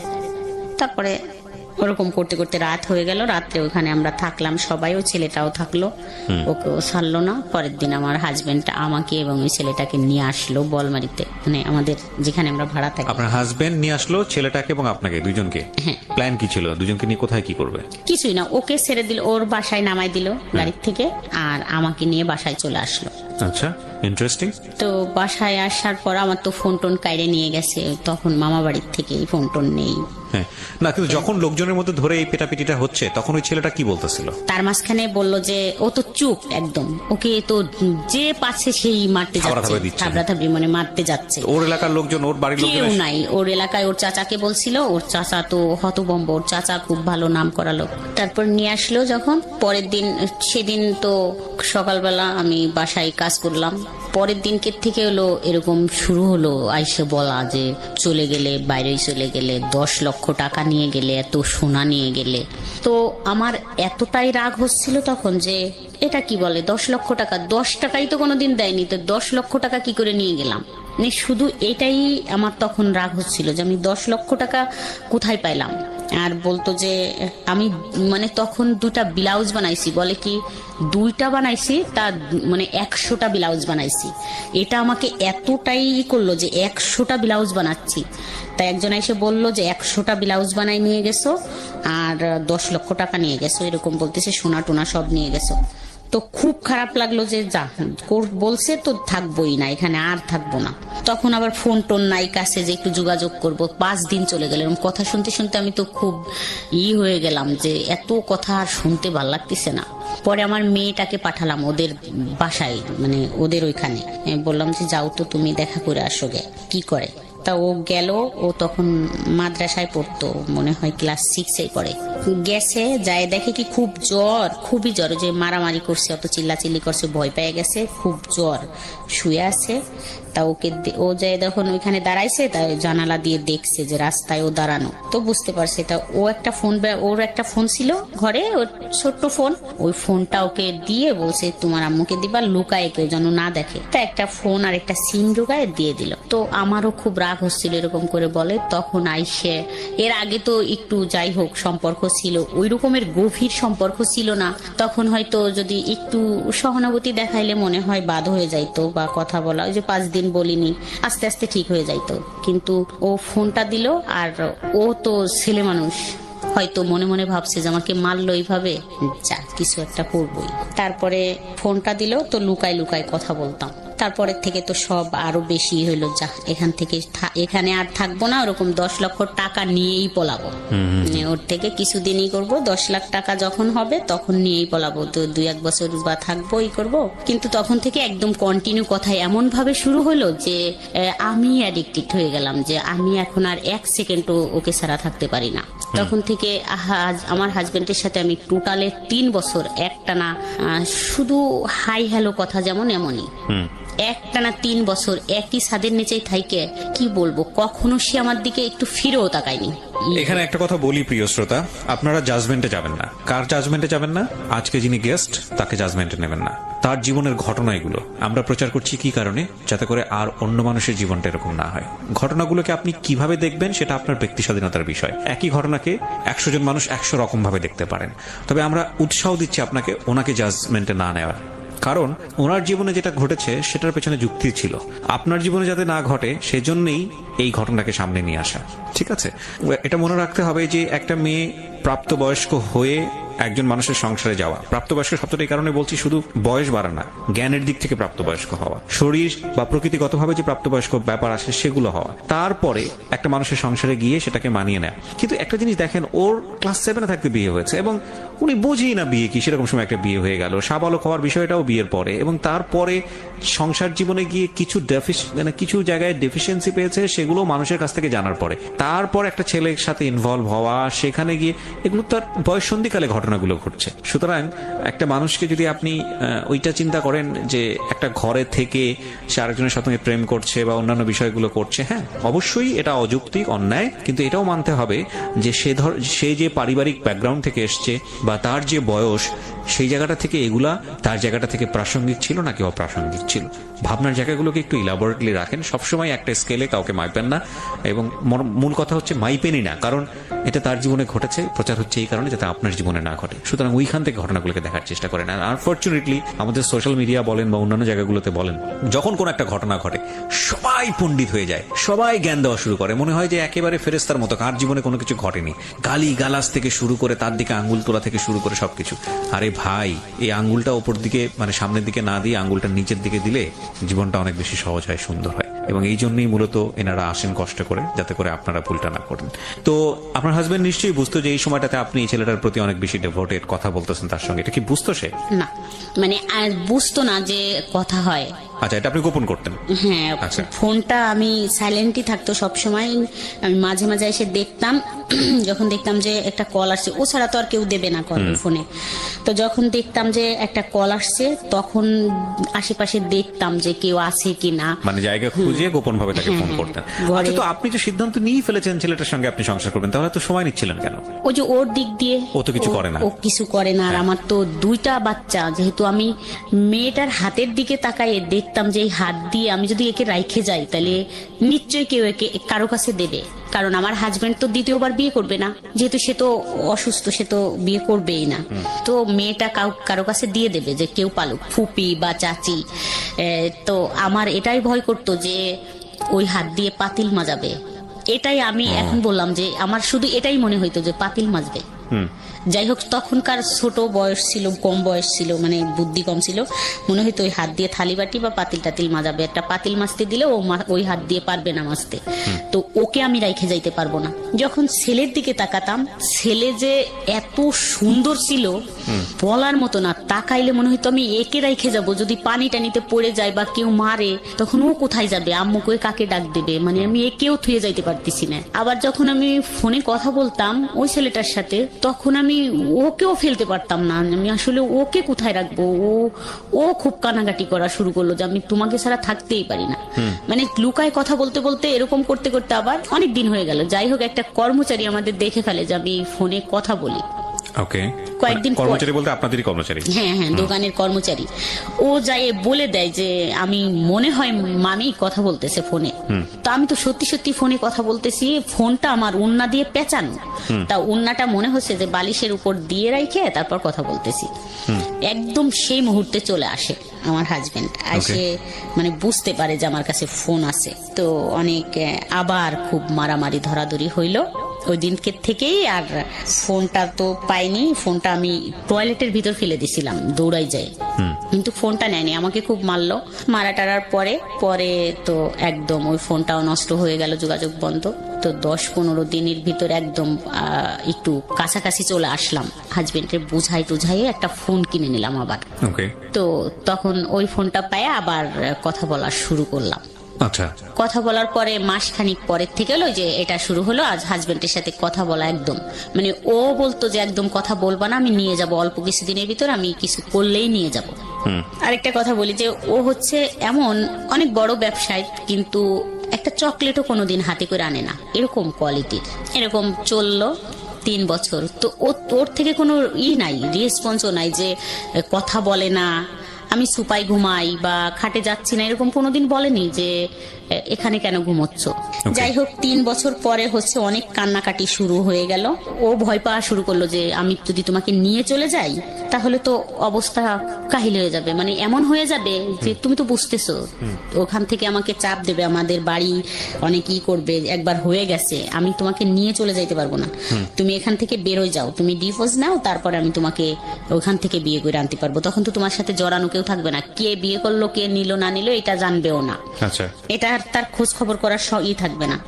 কিন্তু আমি কিছুতেই এটা আর করতে পারতেছিলাম না, মানে আমার হাজবেন্ড এমন হলো যে একদম টু শব্দই করে না, বাসায় আসলে সে মানে একটা হেঁচিও দেয় না, একদম আসে চুপ করে কাঁথা মুড়িতে শুয়ে আছে, মানে শুয়ে আছে, কষ্টটা কি দেখাবো, একটু ঝগড়া হইলে না হয় বাপের বাড়ি মানুষ চলে যাইতে পারে যে একটু ঝগড়া হয়েছে যাও আমি আর এটাই করবো না, কিন্তু এই ঝগড়াটা ও বুঝে গেল যে কথা হয় কন্টিনিউ ওই ছেলের সাথে। তো একদিন এরকম করে একদিন রাতে আমি কথা বলতেছিলাম 11টার দিক, এইটা আবার 3-4 বছর পরে, তো বাসার গেটের সামনে দাঁড়ায় কথা বলতেছি, দেখলাম যে ঘুমাচ্ছে, আমি আসতে ফোনটা নিয়ে বাইরে এসে কথা বলতেছি, 11টা বাজে মনে হয় তখন রাত, তা দেখলাম যে উঠে এসে আমার পিছন থেকে একদম চুল ধরে টানে নিয়ে গেল বাসার ভিতরে। আপনার জামাই? হ্যাঁ, আমার হাজবেন্ড নিয়ে গেল, নিয়ে যায় ফোনটা লাইনেই আছে, খুব মারামারি মানে মারলো, কান্না করতেছিলাম, ফোনটা কাড়ে নিনি, ফোনটা আমার হাতেই আছে, আমাকে খুব মারলো, মারার পর ও শুনলো, তো তখন ও বললো যে হয়তো বাসায় কথা বলছে ওর মার সাথে, তো তখন বেকার, তো মারটার শোনার পরে তো আমাকে পরের দিন সকালে ফোন দিল 10টার দিক, বললো যে তুমি কি বাসায় আসতে পারবে আমাদের। কাকে ফোন দিল? আমাকে ফোন দিল, যে ছেলেটার সঙ্গে আপনি প্রেম করেন সে ফোন দিল? আচ্ছা, তা বললাম যে হ্যাঁ আসতে পারবো না কেন, মানে চলে যাবে আমার হাজবেন্ড, তারপর 10টা-11টার দিক আসবো। তারপর আমি তো 10টা-11টার দিক গেলাম। আচ্ছা, বাই দ্য ওয়ে, আপনি যখন আপনাকে গায়ে হাত তুলতো বা অত্যাচার করতো, ইন দ্য মিন টাইম আপনি কি তাকে কোনো খোঁটা দিতেন যে আজকে আমার এই পরিস্থিতির জন্য তুমি দায়ী বা এরকম কোনো কিছু বলতেন? না, কখনোই বলতেন না, কিচ্ছু বলতেন না। প্রত্যেকটা মানুষের প্রতিক্রিয়া জানানোর ধরন আসলে ডিফারেন্ট। যাই হোক, তারপরে আমি গেলাম, ওর ভাই বোনের সাথে আমার দেখা হতো, বাজার টাজারে কথা হতো সবার সাথেই, কিন্তু ওর মাকে প্রথম দেখলাম, যায় জড়ায় ধরলাম, মা বলে ডাকলাম, মানে ফ্যামিলি জানতো? হ্যাঁ, ফ্যামিলি জানতো, কিন্তু ওই বোন টোন ভাই দেখতো না, মানে ওর বোনদের সাথে দেখা হতো, ভাগ্নিদের সাথে, ওর মারে দেখলাম প্রথম, দেখে জড়ায় ধরলাম, মা করে ডাকলাম, তারপরে বাসায় বসলাম, তো বললো যে ও তো কোনো কাজ করতে চায় না, তাহলে কি করা যায়। কে বলছে এটা? এটা ওই ছেলেটার মা বললো যে ও তো কোনো কাজ করে না, মানে ওইভাবে ফ্যামিলি ভাবে, মানে ওর বউনাই ছিল, তার মানে ওর ফ্যামিলিকেও কনভিন্স করে ফেলেছে আপনার ব্যাপারে? আচ্ছা, তারপরে আপনার ব্যাপারে জানতো ওর ফ্যামিলি যে আপনার দুটো বাচ্চা আছে এবং এই অবস্থায় আপনি ওর চেয়ে 6 বছরের বড় এবং সে অবস্থায় ও আপনাকে বিয়ে শাদী করতে চায়, এটা জানতো ওর ফ্যামিলি? বিয়ে করতে চাই এটা জানতো কিনা জানি না, তবে কথা বলতো, খুব সম্পর্ক, আমার যদি কোনো কথা বলতো তাদেরকে আর ছাড় দিত না, খুব মারতে যাইতো, গালাগালি করতে, বলতো ওর সম্বন্ধে কোনো কথা বলবি না। আচ্ছা, ওকে, তারপরে গেলাম, যার পরে বলল যে কি করবো, ওর বোন বললো কি করবো, ও বললো যে আমি তো ড্রাইভিং শিখি দ্রুত চাকরির জন্য, আমাকে একটু হেল্প করো, তো ড্রাইভিং শিখি। তো আমি বললাম বাহ, তো খুব ভালো কথা, যদি পারে তো ভালো, তাড়াতাড়ি এটা হয়ে যাবে। তারপর আমার তো তখন টাকা পয়সা নেই, আমি তো মাত্রই একটু হাজবেন্ডের সাথে একটু কথা আবার হচ্ছে, একটু যাই আসি দোকান টোকানে একটু করি। আমার হাতে একটা আংটি ছিল, আমি তখনই খুলে দিয়ে আসলাম, বললাম যে এটা বিক্রি করে শুরু করো, তারপরে পরেরটা দেখা যাবে পরে। তা ওটা 4,000 টাকা বিক্রি করলো, তো 10,000 টাকা লাগবে ওর ড্রাইভিং শিখতে। আমার একটা কানের দুল ছিল সোনার, ওই দুলটা সেই চাচাতো ভাইকে দিয়ে বললাম যে তুই আমাকে 10,000 টাকা দে, এই দুলটা রাইখে দে, আমি যেদিন নিতে পারবো তোরে আরো বেশি কিছু টাকা দিয়ে, ল্যাপটপ দিয়ে তোর টাকাটা দিব, আমার দুলটা আমারে ফেরত দিস। দুলটা হলো 16,000 টাকা দিয়ে বানানো ছিল, 10,000 টাকা ও দিয়ে দিল আমাকে, আমি আইনে ওকে দিলাম ওই 10,000 টাকা। তারপরে ড্রাইভিং শিখলো, শিখার পরে ভালোই চলতেছে, ও খুব 15 দিনের ভিতর ড্রাইভিং কমপ্লিট হয়ে গেল। তারপরে চাকরিও করা শুরু করলো, 3,000 টাকা বেতনের চাকরি, আমাদের এলাকায় চাকরি হইলো, খুব খুশি। আরো কথা বলা বেড়ে গেল, মানে ড্রাইভিং করতো আর ফোন দিত, আমি তো তখন একবারে মনে হইতো যে ও আমার হাজবেন্ড। এর মাঝখানে তো আরেকটুই হলো যে মাঝে মাঝে দেখা হতো, 2-3 মাস 5 মাস পর আমাদের হয়তো দেখা হইতো, তখন বাসায় তো আসতে পারতো না, বাইরে একটু দেখা হতো, কোথাও আমরা ঘুরতে যাইতাম, সপ্তাহে 1 দিন 2 দিন ঘুরতে যাইতাম, কিন্তু ওইভাবে আর দেখা হইতো না। 2-3 মাস পর হয়তো মার কাছে কান্না শুরু করলাম যায় যায়। এখন টাকা পয়সা একটু যাই হোক বাইরে যাই আসি, একটু টাকা পয়সা নেই টেই, বাজার টাজার নিজে করি, যে 500 টাকা দাও বা 200 টাকা দাও, আমরা বাজার করব, এটা কিনবো সেটা কিনবো, যাই হোক দেয়া শুরু করলো। একটু ভালো রিলেশনে চলে আসলাম, রিলেশনটা ভালো হইলো। হয়তো আমার হাজবেন্ড এটাই বুঝছে যে একটু টাকা পয়সা দেই, যদি ভালোভাবে থাকে, অন্য মেয়েকে তো আর বিয়ে করা সম্ভব না, যদি থাকে হয়তো। আমার শাশুড়ি খুব সাপোর্ট করতো, আমাদের সবাই একটু সাপোর্ট করে, যা তাদের যারা আছি, হয়তো বলছে বোঝায় যে দিস সবকিছু, খালি খালি এগুলো দিয়ে কি করবি, চলে গেলি সাল মেয়ে দুটো নিয়ে কি করবি, যাই হোক। তো আমাদের তখন থেকে দিত, কিছু চাইলে যে একটু জামা কাপড় বানাবো 500 টাকা দাও, হয়তো 200 টাকার বানাতাম, 200 টাকা জমা রাখতাম, রেখে দিতাম এরকম। তারপরে বাপের বাড়ি যাই, কান্না করতাম যে মা আমি যাব না ওইখানে, আমার ভালো লাগে না এটা। কিন্তু আমি কখনো মুখ দিয়ে বলিনি যে এই ছেলেটার সাথে আমাকে বিয়ে দাও।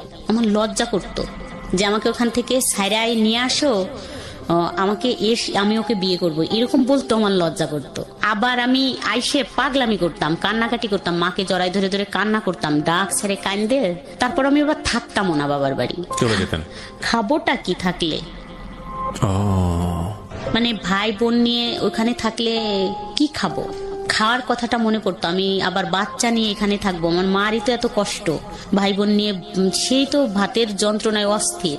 এরকম করতে করতে তো প্রায় 5 বছর 6 বছর কেটে যায়, কোনোভাবে বেরোইতেই পারলাম না। তা এখন মেয়ে হোক বড় হয়ে গেল, 9-এ পড়ে। তা বললাম যে মেয়েটা রাইখে কোথায় যাব, এরকম শিয়ানা মেয়ে। তারপরে আমি মেয়ের জন্য ছেলে দেখা শুরু করলাম, সবাইকে বলতাম যে, ঘটকদের বলতাম যে 10,000 টাকা দেবো যে আমার মেয়েটা বিয়ে দিলে সুন্দর ছেলে দেখে। তো এর মাঝখানে আমার হাজবেন্ড কিন্তু ফুল ফিট ভালো হয়ে গেছে, একদম ভালো হয়ে গেছে। এখন যদি বলি যে 1,000 টাকা লাগবে, 1,000 টাকাই, মানে আচরণগত দিক থেকে ভালো হয়েছে, একদম ফুল ভালো হয়ে গেছে। তা উনি পরের দিন বিকেলে একটা ছেলের ছবি নিয়ে আসলো, আর্মির চাকরি করে। দেখলাম, দেখে তো ভালোই লাগলো, বললাম কথা বলেন।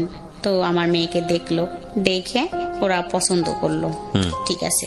তা ওই ছেলের মা আসলো, বললো যে, আমি বললাম যে শোনেন, কোনো কথা বলা লাগবে না, আমার তো যে মনের ভিতর রয়েছে যে মেয়ে বিয়ে দিয়ে তো আমি চলে যাব, তো আমার মেয়ের পিছনে যদি 5-7 লাখ টাকা যায়ও, আমার তো সমস্যা নেই, আমি তো একবারে দিয়েই যাব, কোনো কথা বলার থাকবে না যে শাশুড়ি এরকম বা আমার বিয়েন এরকম ছিল।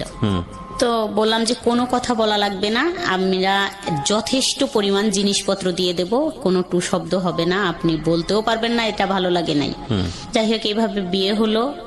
বিয়ে দিয়ে দিলেন? হ্যাঁ, বিয়ে হয়ে গেল পহেলা বৈশাখ। গুডনেস, ওকে ওকে। দেখেন মানে, না বলেন, আপনি বলেন, আমি আসলে আগে থেকে মন্তব্য না করি। হ্যাঁ, বিয়ে দিয়ে দিলাম।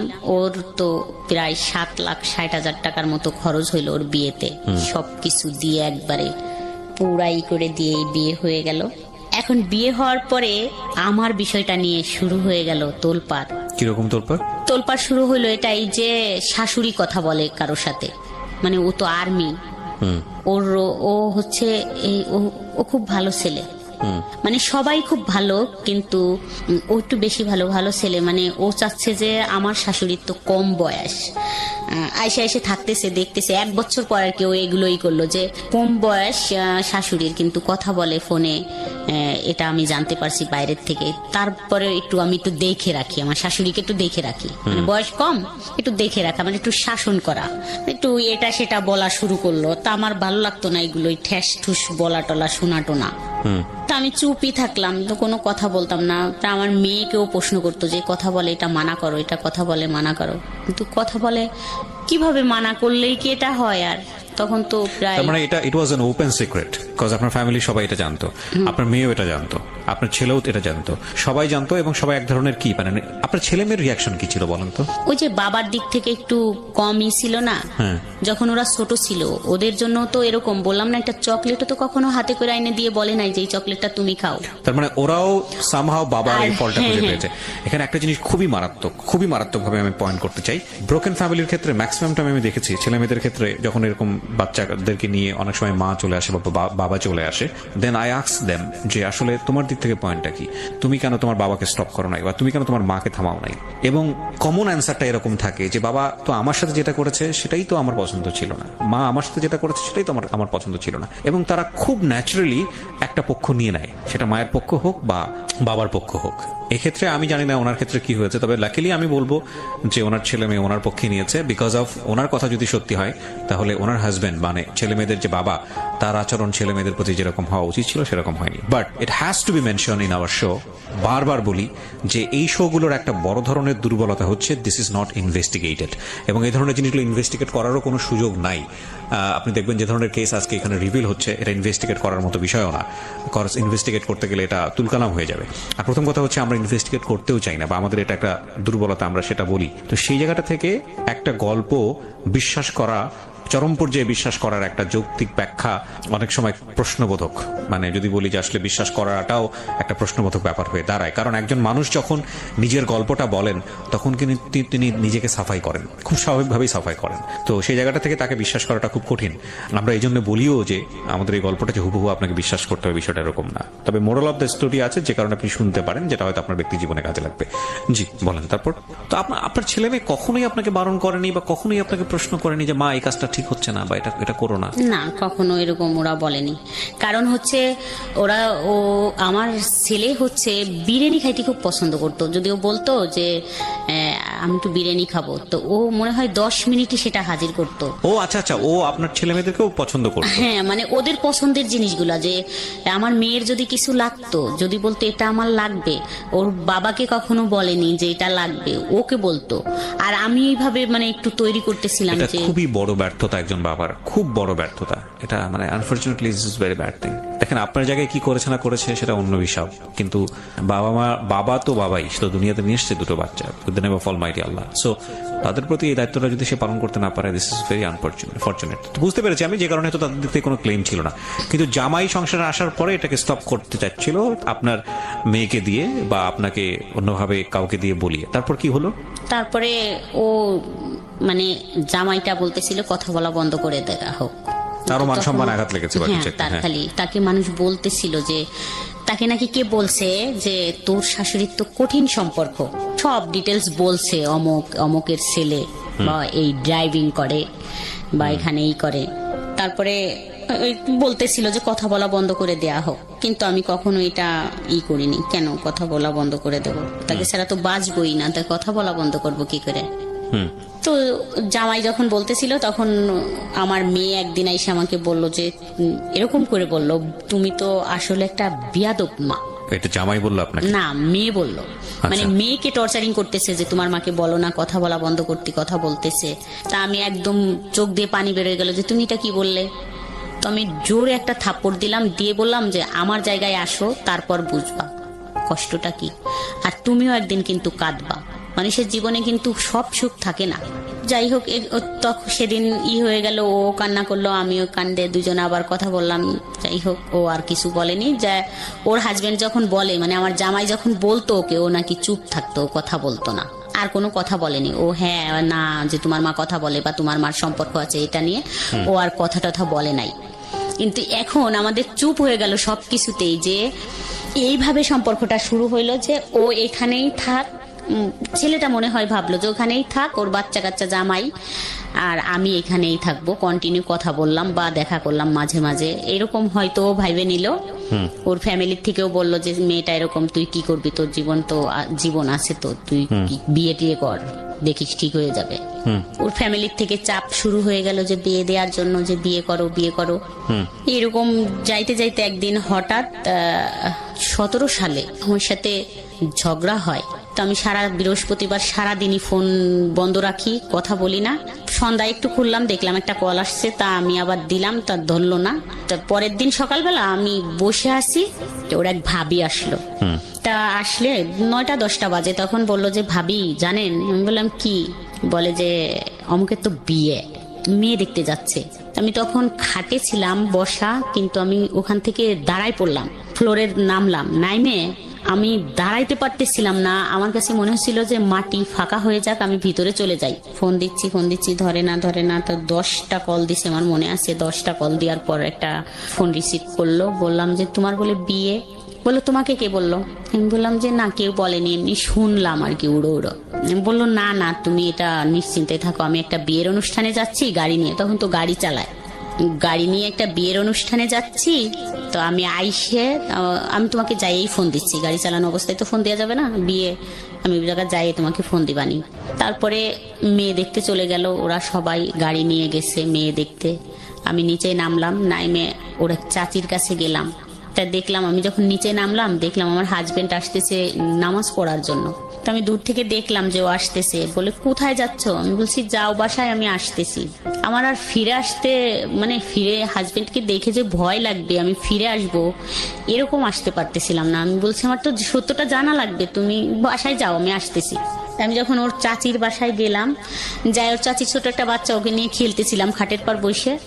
ওর চাচি, আমি এটাই আশা করতেছিলাম যে উনি বলুক, আমি যদি বলি তা ব্যাপারটা তো সামনে আসবে, বলবে যে তাহলে তো সত্যি এই বউ পছন্দ করে বা কথা হয়। তা বললো কি জানো, অমুক তো মেয়ে দেখতে গেছে। বললাম যে না জানি না তো। বললো যে মেয়ে দেখতে গেছে, মেয়ে দেখছে, পছন্দ হয়েছে, কথা হয়েছে ফোনে। তখন 2-3 ঘন্টা হয়ে গেছে। আমি তো তখন একদম হতবম্ব হয়ে গেছি, তখন আর বাসায় আসতে পারতেছিলাম, ওইটুকি শুনলাম, শোনার কাকি চলে গেলাম। নামাজ শেষে আমার হাজবেন্ড আসলো, আইসে শুয়ে পড়লো খাটে। আমি ঘরে তো কিচ্ছু রান্না করলাম না, সেদিন আমার মেয়ে ছিল আমার বাসায়। তো আমি বললাম যে আমি তো তোমার নানু বাড়ি যাবো, আমার দরকার, তো আমি চলে গেলাম।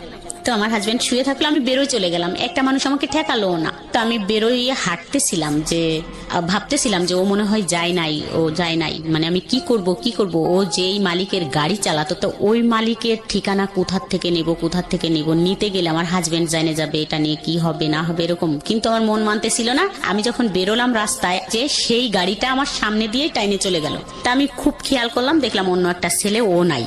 তখন তো আমি শিওর হয়ে গেলাম যে তাই ওর গাড়ি, যেহেতু অন্য লোক চালাচ্ছে, সেহেতু ও তো ওই বিয়ের অনুষ্ঠানে আছে, আমার ফোনের জন্য ফোন অফ করে রাখছে।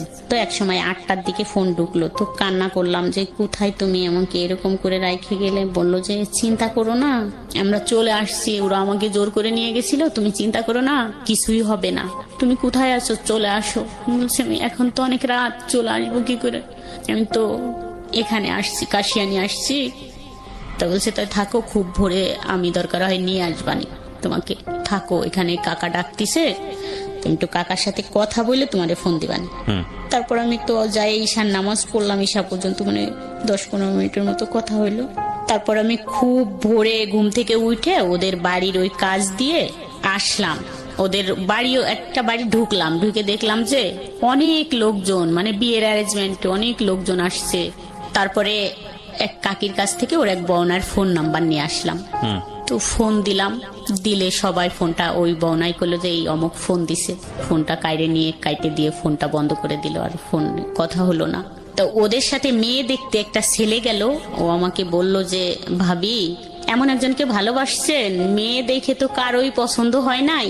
ও তো খুব পাগলামি করলো যে ঠিক আছে এই মেয়ে আমি বিয়ে করব, আপনি দাওয়াত শিখের হন। ওই তো সব কিছু করলো, সবাই তো বলল যে মেয়ে তো ক্রিম সুন্দরী, ভাল লাগতেছে না, হাত পা কালো, আর অনেক শর্ট, তো নেওয়ার দরকার নাই এই মেয়ে, আর একটু দেখি আমরা। তো ওই বললো যে না, দাওয়াত শিকার হয়ে আসো, মেহমানরা আসতে বলো। তো আমি শুনে ওইখান থেকে আবার আমার হাত পা মনে হচ্ছে ঠান্ডা হয়ে গেল, তাহলে তো বিয়ে হয়ে যাবে। আমি বাসায় এসে আমার সমস্ত মাল জিনিস গুছাইয়ে আমি আমার শ্বশুর বাড়ি চলে গেলাম। বললাম যে আমি বাসা ছাড়ে দিলাম, এখানে আমি আর থাকতে পারবো না। বাসাটা ছাইরে আমি রাত চলে গেলাম, ট্রাক ভরে মাল জিনিস নিয়ে চলে গেলাম। যার পরে কোথায় যাচ্ছিলেন? শ্বশুর বাড়িতে। তো এটা আপনার হাজবেন্ড জানতো যে আপনি এখান থেকে চলে যাচ্ছেন? হ্যাঁ, ও আমাকে এইভাবেই করতাম। আমি বলতাম, ঘরে এসে বলতাম যে আমি থাকবো না এখানে, আমি থাকতে পারবো না, কান্না করতাম। বলতো ঠিক আছে তাহলে ট্রাক পাঠাই দিচ্ছি, মাল জিনিস নিয়ে চলে যাও। ট্রাক পাঠাই দিত, সমস্ত মাল জিনিস গুছাই নিয়ে যাইতাম। আবার 2-3 দিন থাকার পর 1 সেকেন্ড ওখানে আর যাওয়ার পরই দাঁড়াইতে ইচ্ছা করতো না, আমি আবার ওখানে চলে আসতাম। তো আমার জিনিসপত্র নিয়ে আবার চলে আসতাম। হ্যাঁ, আমার হাজবেন্ডের বাসাটা ছাড়তো না, কিন্তু আমাকে কিছু মাল জিনিস দিয়ে কিছু জিনিস রাখতো, টিভি থাকতো, ফ্রিজ থাকতো, কিন্তু দুইটা একটা খাট, ওয়ার্ড্রোব, ড্রেসিং টেবিল এগুলো দিয়ে বলতো যে একটা ট্রাক ভাড়া করে যাও, নিয়ে চলে যাও। আমি চলে যাইতাম। এরকম করতে করতে ছেলে বলল যে এখানে আর থাকা সম্ভব না, রান্না টান্না করে না, খাওয়া দাওয়া খাওয়া সম্ভব, না খেয়ে কতদিন থাকবো। ছেলে মানে কোন ছেলে? আমার ছেলে। মানে বিষয়টা হচ্ছে ছেলেও জানতো যে মা এরকম ভাবে কারোর প্রতি ফলিন এবং এই কারণে এই জিনিসগুলো হচ্ছে। তাহলে জিনিসটা বোঝেন যে কতটা এক্সট্রিম লেভেলে হলে পরিবারের অন্য সদস্যরাও এটাকে না মেনে উপায় নেই, এরকম একটা জায়গায় চলে গিয়েছিল। জি বলেন তারপর। বুধবারে আমাকে ওর বড় ভাই ফোন দিয়ে বলে যে তুমি কি জানো অমুকের বিয়ে? বললাম না ভাইয়া জানি না তো। ওর তো বিয়ে সোমবারে, তো তোমরা যাইও, বাবুর কথা বললো, আমার ছেলের কথা বললো, ওকে নিয়ে যাইও, আর যাই হোক যাইও তোমরা, তোমাদের দাওয়াত থাকলো। আমার মনে এরকম হইলো যে বলে দেব, সব কথা বলে দেব, আমি যেহেতু সুখী হইতে পারলাম না তো ওকেও সুখী হইতে দেবো না, এরকম মনে এসে গেল যে যা বলে দিব সবকিছু। তাই বললাম ওর ভাইকে, বললাম যে একটু ফোন দিবেন। ওর ভাই বললাম তো কেবলমাত্র আসছি, তো কালকে হচ্ছে ওর গায়ে হলুদ, আর ওদের বাড়িও গায়ে হলুদ, তা কি কথা বলবেন? আমি যে যাই দিন ফোন।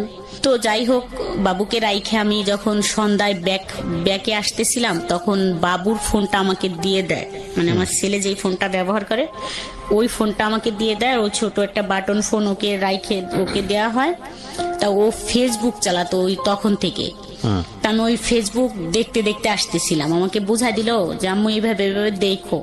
দেখতে দেখতে আসতে আসতে তখন আমি একটা লেখা পড়লাম যে অধিকার কেউ কাউকে দেয় না, আদায় করে নিতে হয়। কোথায় বললেন? বাসের মধ্যে? হ্যাঁ, বাসের ভিতর এই লেখাটা আমি পড়লাম যে অধিকার কাউকে দেয় না কেউ, কিন্তু আদায় করে নিতে হয়।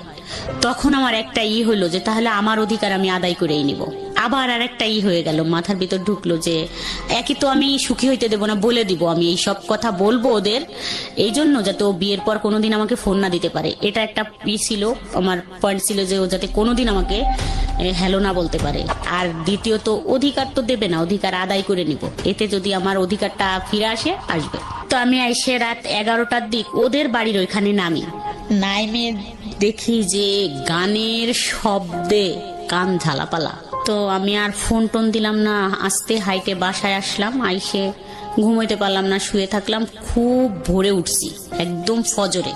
তা আমি ওর শ্বশুর বাড়ি গেলাম, ওই যে প্রশ্ন করব যে আমি তোমাকে 4টা প্রশ্ন করলে তুমি কি উত্তর দেবে? তো যাই বললাম, ওরা মনে করলো যে আমি মনে হয় ওর কলিগ, এই জন্য দেখতে আসছি। তো যার সাথে বিয়ে সেই মেয়েটাকে ডাকলো, দেখলাম। মেয়ের মাকে বললাম যে আন্টি আমি একটু কথা বলবো, আপনি কি শুনবেন? তা বললো আচ্ছা ঠিক আছে। উনি আমাকে পাশে ডাইকে নিয়ে গেল, নিয়ে আমি ফোন দিলাম। ফোন দিয়ে বললাম আমার ফোনে তো টাকা নাই, ব্যাগ দাও। সাথে সাথে ব্যাগ দিল। ওই মেয়ের খালা আর মা আমার সাথে থাকলো। ব্যাগ দেওয়ার সাথে তো ওই মেয়ের খালা ঢাকা থাকে, খুব চালু, বললো যে বাহ ভালো ব্যাপার তো, ব্যাগ করতে বলার সাথে ব্যাগ দিয়ে দিল, তাইলে তো কিছু একটা আছে রং। তা বললো যে দেখছিস আপা, ব্যাগ করার বললো যে ব্যাগ দাও, টাকা নাই, সাথে সাথে ব্যাগ দিল, তাইলে তো ওই ছেলের কিছু, মানে আমি কিছুই বলছিলাম না তখন। ওরা বলে যে যাই হোক বিয়ে ভাঙতে গেছে, কিন্তু আসলে আমি বিয়ে ভাঙতে গেছিলাম না। তা আমি ফোনটা হ্যালো বলার সাথেই ওর শাশুড়ি আরেকটা ছেলেকে ডাইকে নিয়ে আসলো। এই ঘুমের থেকে ডাইকে উঠালো, এই আই তো দেখ তো এখানে এটা কি হয়েছে।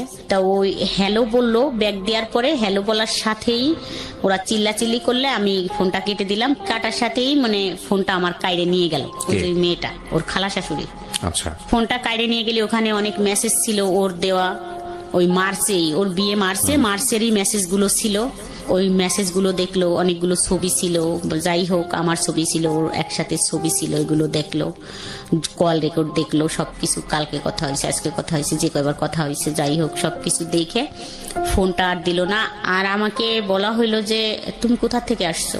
আমি তো হতভম্ব, একদম চুপ। আমি তখন তো বুঝতেই পারিনি যে ব্যাপারটা কি হইতেছে বা হবে। একদম চুপ করে দাঁড়ায় আছি।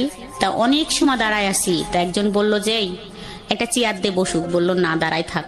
তা ওরা হইচই করলো, ওই গ্রামের মাতুব্বর, মেম্বার, চেয়ারম্যান, যত মানুষ ছিল সবাই আসলো। আর এই ছেলেটার বাড়ির থেকে গাড়ি ভইরে সব লোক গেল, মুরব্বীরা, আমার হাজবেন্ড গেল। যাওয়ার পরে কথাবার্তা হইলো। আমার হাজবেন্ড বললো যে না, ওর কাছে ও তো অনেক টাকা পয়সা নিছে আমার ওয়াইফের কাছ থেকে, এই জন্যই মনে হয় টাকার জন্য আসছে, যে টাকাটা বিয়ে করলে তো টাকার পয়সা দেবে না, কথা বলতে পারবে না, এই জন্য টাকাটা মনে হয় যে টাকাটা ফেরত দিক, এটাই বলার জন্যই আসছে। আমার হাজবেন্ড ওখানে এটা বললো। মানুষ যে কি বলছিল সেই কথাগুলো যদি মানে এরকম বলতেছিল। ওই মেম্বার আসলো, আইসে আমি বসে আছি, মানে তার প্রথম কথা এরকম হলো যে মনা তোমারে দেখতে তো ভালোই লাগে, তুমি ভালো ফ্যামিলিরও বউ, তো বিয়ের আগে ছেলেরা একটু টাইম পাস করে এরকম, বিয়ে করে না। যদি তোমাকে বিয়ে করতো তাহলে এই মেয়ের সাথে বিয়েতে রাজি হইতো না। তুমি এখানে কেন আসছো? আমি সত্যি আমি বুঝি নাই যে আমি আসলে কিসের জন্য ওখানে চলে গেছিলাম। এখন আমার মনে পড়ে যে আমি কেন গেলাম ওইখানে আর কি জন্য। আজ তো না গেলে খুব ভালো জীবন কাটাইতে পারতাম এরকম, কিন্তু আমি জানি না আবার কেন গেছিলাম, কি ছিল আমি জানি না। জীবনে যত গালাগালি আর যত কথা শুনছি তার থেকে আমার কাছে মনে হচ্ছিল যে কিসে এসে পড়লাম আর কি করলাম।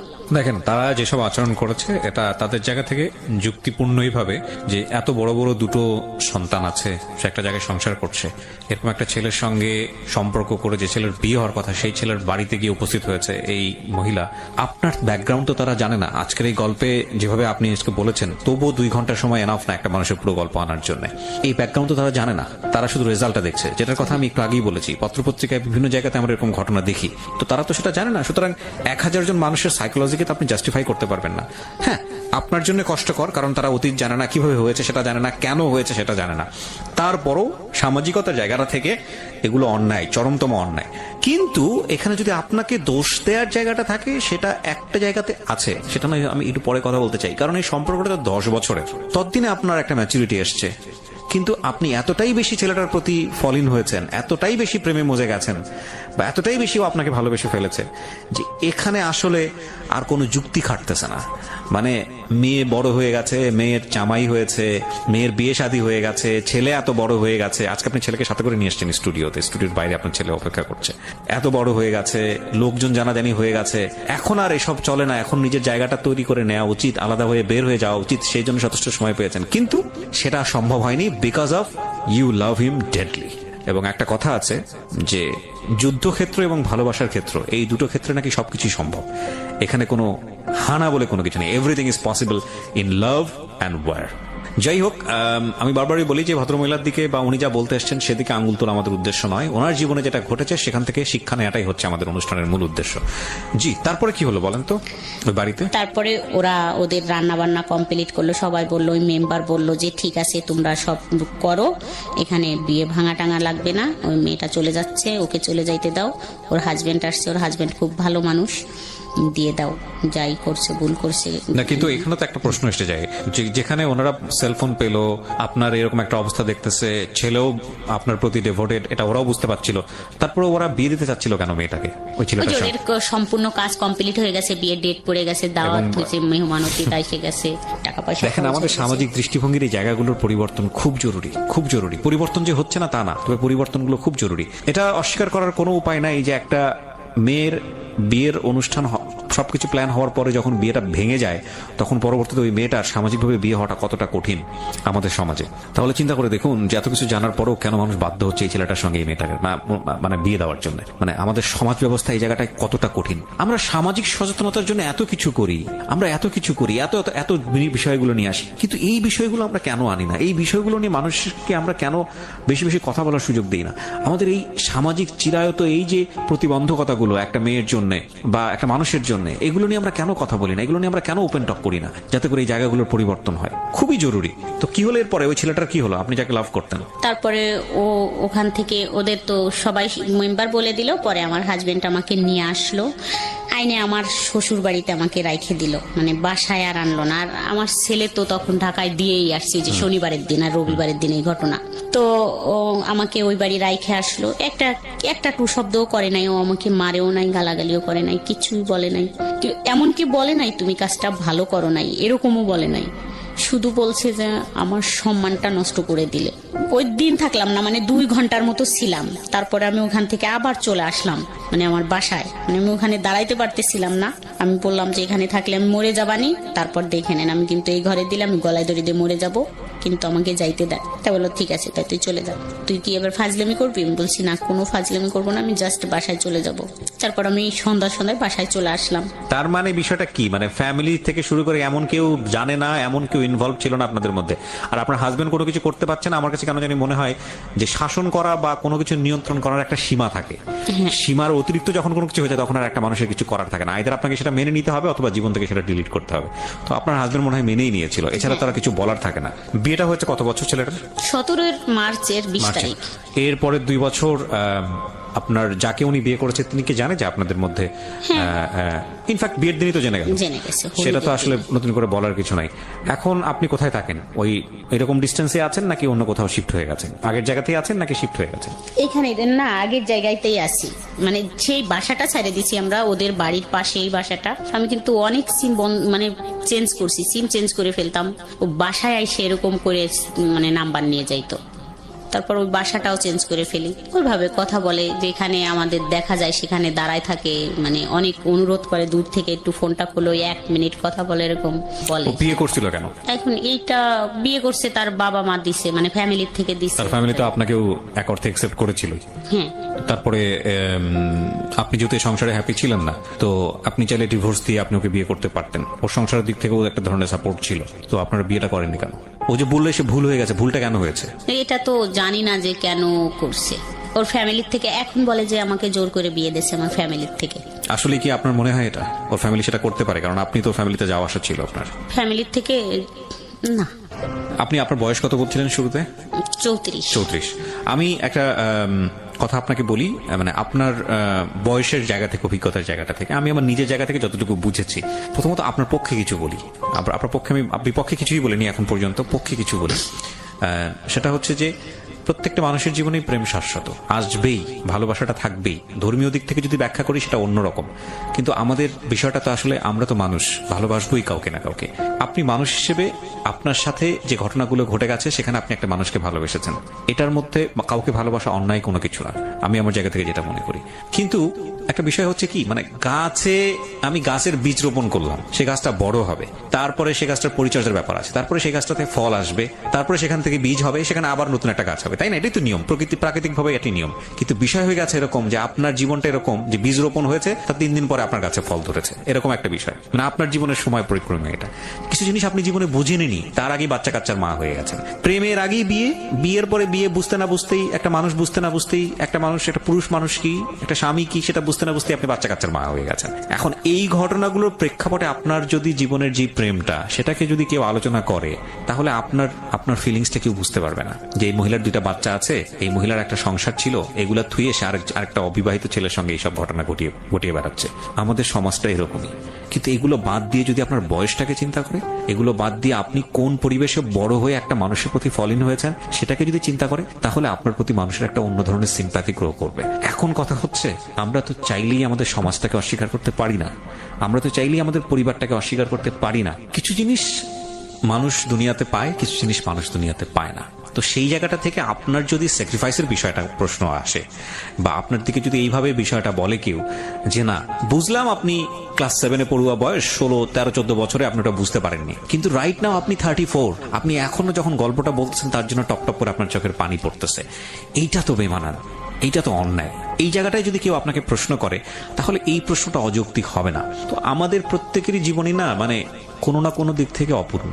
আপনি মনে করে নেন যে আপনি যে কাজটা করছেন, যেটা হয়েছে, এটা আপনার জন্য ছিল না, এটা একটা ট্রায়াল লাইফ ছিল এবং এটা আপনার অপূর্ণতায় থাকবে। কিন্তু এত কিছুর মধ্যেও আল্লাহ কিন্তু আপনার সেফ সাইড অনেক কিছু রেখেছে, বিশেষ করে আপনার ছেলে মেয়ে এবং বিশেষ করে আপনার হাজবেন্ড। যাই কিছু হোক না কেন, এই মানুষটা আপনাকে সাপোর্ট দিয়েছে, একটা পর্যায়ে এসে সাপোর্ট দিয়েছে, নইলে 20 বছর আপনার সঙ্গে থাকার কথা না, যত দুর্বলতায় থাকুক না কেন। আমার মনে হয় যে এখানে আপনার নিজেকে এখন অনেক বেশি শুধরে নিয়ে সামনের দিনগুলো দেখা উচিত। ও তো ওইখানে সুখী নাই আর। এই ছেলে আমাকে দেখেন কিভাবে ব্ল্যাকমেইল করে চলছে, এখন এটাই আমি বলতে আসছি। ও তো অবশ্যই শুনবে, ও আমাকে এখন কিভাবে ব্ল্যাকমেইল করে যাচ্ছে, এটা খুব ভয়ঙ্কর। না, ব্ল্যাকমেইল বলতে মানে কি, আপনার কোনো কিছু সে ফাঁস করে দিবে বা এরকম কোনো কিছু? না, এরকম ব্ল্যাকমেইল না, যেমন আমার ইমোশনাল ব্ল্যাকমেইল। আমি এখানে আপনাকে একটা আনসার আমি আপনাকে দিতাম, এই যে এই আনসারটা দিয়ে অনুষ্ঠানটা শেষ হয়ে যাবে।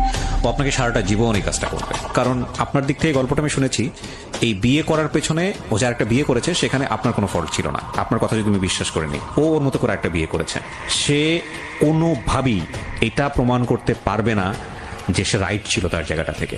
আপনি আপনার জায়গা থেকে আপনার একটা বড় ধরনের ডেফিসিট ছিল, আপনি ফলিন হয়ে গেছেন, বুঝলাম আমি, সেটাও ভুল, ভয়ঙ্করতম ভুল। কিন্তু সেই ভুলটা যে আপনি করছেন সেটা তো আপনি বুঝে নিনি, তার আগে আপনি ভুল করে ফেলছেন। কেউ আপনাকে সেই শিক্ষাটা দেয়নি, পারিবারিক সেই শিক্ষাটা ছিল না, সামাজিক সে অবস্থাটা ছিল না, কিন্তু ওর তো ওই শিক্ষাটা থাকা উচিত ছিল। এবং বুঝলাম ও 2 দিনের জন্য ঘটনা ঘটে গেছে, হঠাৎ করে ঘটে গেছে না, এটা 12 বছর ধরে কন্টিনিউ করেছে, 12-13 বছর ধরে কন্টিনিউ করেছে। এবং একজন, আমি আবারও বলছি, পবিত্র কোরআনের হাফেজ সে, এবং দিন এলেম চলা মানুষ আপনাকে জ্ঞান দিত, ধর্ম সম্পর্কে এটা করো, ওইটা করো, এটা মেনে চলো, তার পক্ষে এটা করাটা উচিতই হয়নি, এবং এটা ভয়ঙ্করতম অন্যায়, ভয়ঙ্করতম পাপ। তো সেই জায়গাটা থেকে আপনাকে আমি শুধু একটা কথা বলতে হবে, তাকে আমি জাজমেন্টে না নেই, এটা ভয়ঙ্কর, মানে এটা অন্যায় হবে। আমি আপনাকে যেটা বলতে পারি, সে সারা জীবন এরকম করুক, আপনাকে ধরে নিতে হবে যে না, এই দরজাটা আমি বন্ধ করে দিয়েছি, এই দরজা আর কখনোই যেন ওপেন না হয়। কারণ এই দরজা যদি ওপেন হয়, এই দরজা একদম জাহান্নাম, এবং এই দরজা মানেই হচ্ছে যে অশান্তি, অশান্তি, অশান্তি আর অশান্তি। শেষ বেলায় এসে যারা শুনলেন তাদের উদ্দেশ্যে একটা কথাই বলতে চাই, আমি অনেক কথা বলে ফেলেছি আজকে, প্রয়োজন ছিল বলেই, যে কেউই আসলে খারাপ না, আমাদেরকে পরিস্থিতি বাধ্য করে খারাপ হওয়ার জন্য। আর সবসময় একটা কথা মনে রাখবেন, আপনি যার দিকে আঙ্গুল তুলছেন, যাকে আপনি খারাপ বলছেন, যাকে আপনি একদিনের জন্য কষ্ট দিচ্ছেন, এমনও তো হতে পারে তার বিশেষ কোনো গুণ আল্লাহর কাছে এত প্রিয়, এত প্রিয় যে আল্লাহ তাকে ক্ষমা করে রেখেছেন, বা আল্লাহ তাকে ক্ষমা করবেন। সুতরাং এই বিষয়গুলো আমরা না করি, কারণ আমরা তো জানি না যাকে আমি খারাপ বলছি বা যাকে আমি কষ্ট দিচ্ছি, এমনও তো হতে পারে কালকের দিনটা আমার জন্য তার চেয়েও ভয়ঙ্কর রকমের হবে কষ্টের। আর ওই সেদিন এক ফ্রেন্ডের সঙ্গে গল্প করছিলাম যে কোনো অপরচুনিটি আসলে তার জন্য না, যে কোনো অপরচুনিটি, মানে আমার ক্ষেত্রে যে কোনো অপরচুনিটি আসলে আমার জন্যই। যেমন ধরেন একজন ভিক্ষুক মানুষ, সে যদি এসে আপনার কাছে হাত পাতে, আপনি যদি মনে করেন যে ভিক্ষুককে 10 টাকা দেওয়া মানে হচ্ছে ভিক্ষুককে হেল্প করা, দ্যাট ইজ অ্যাকচুয়ালি রং। কারণ ওই 10 টাকা দেওয়া মানে আপনি নিজেকে হেল্প করলেন, if you believe religion. So যে কোনো অপরচুনিটি গ্র্যাব করা উচিত for the future. So thank you so much, ভালো থাকেন। আর আমাদের সোসাইটিতে এই ধরনের অপরাধগুলো হরহামেশাই হচ্ছে, এগুলো খুব এক্সট্রিম লেভেলে চলে যায়। অনেক সময় দেখা যায় হাজব্যান্ডকে খুন করে ফেলছে, অনেক সময় দেখা যায় বাচ্চাকেও খুন করে ফেলছে, এতটা এক্সট্রিম লেভেলে চলে যায়। তাদেরকে আমি শুধু একটা কথাই বলবো, প্লিজ কোনো জিনিস ধ্বংস করে সেটার উপর দাঁড়িয়ে সুখী হওয়া যায় না। So do not do this. ভালোবাসার যে ইমোশন, সেটা ভয়ঙ্কর রকমভাবে আফিমের মতো, সেখানে লজিক কাজ করে না।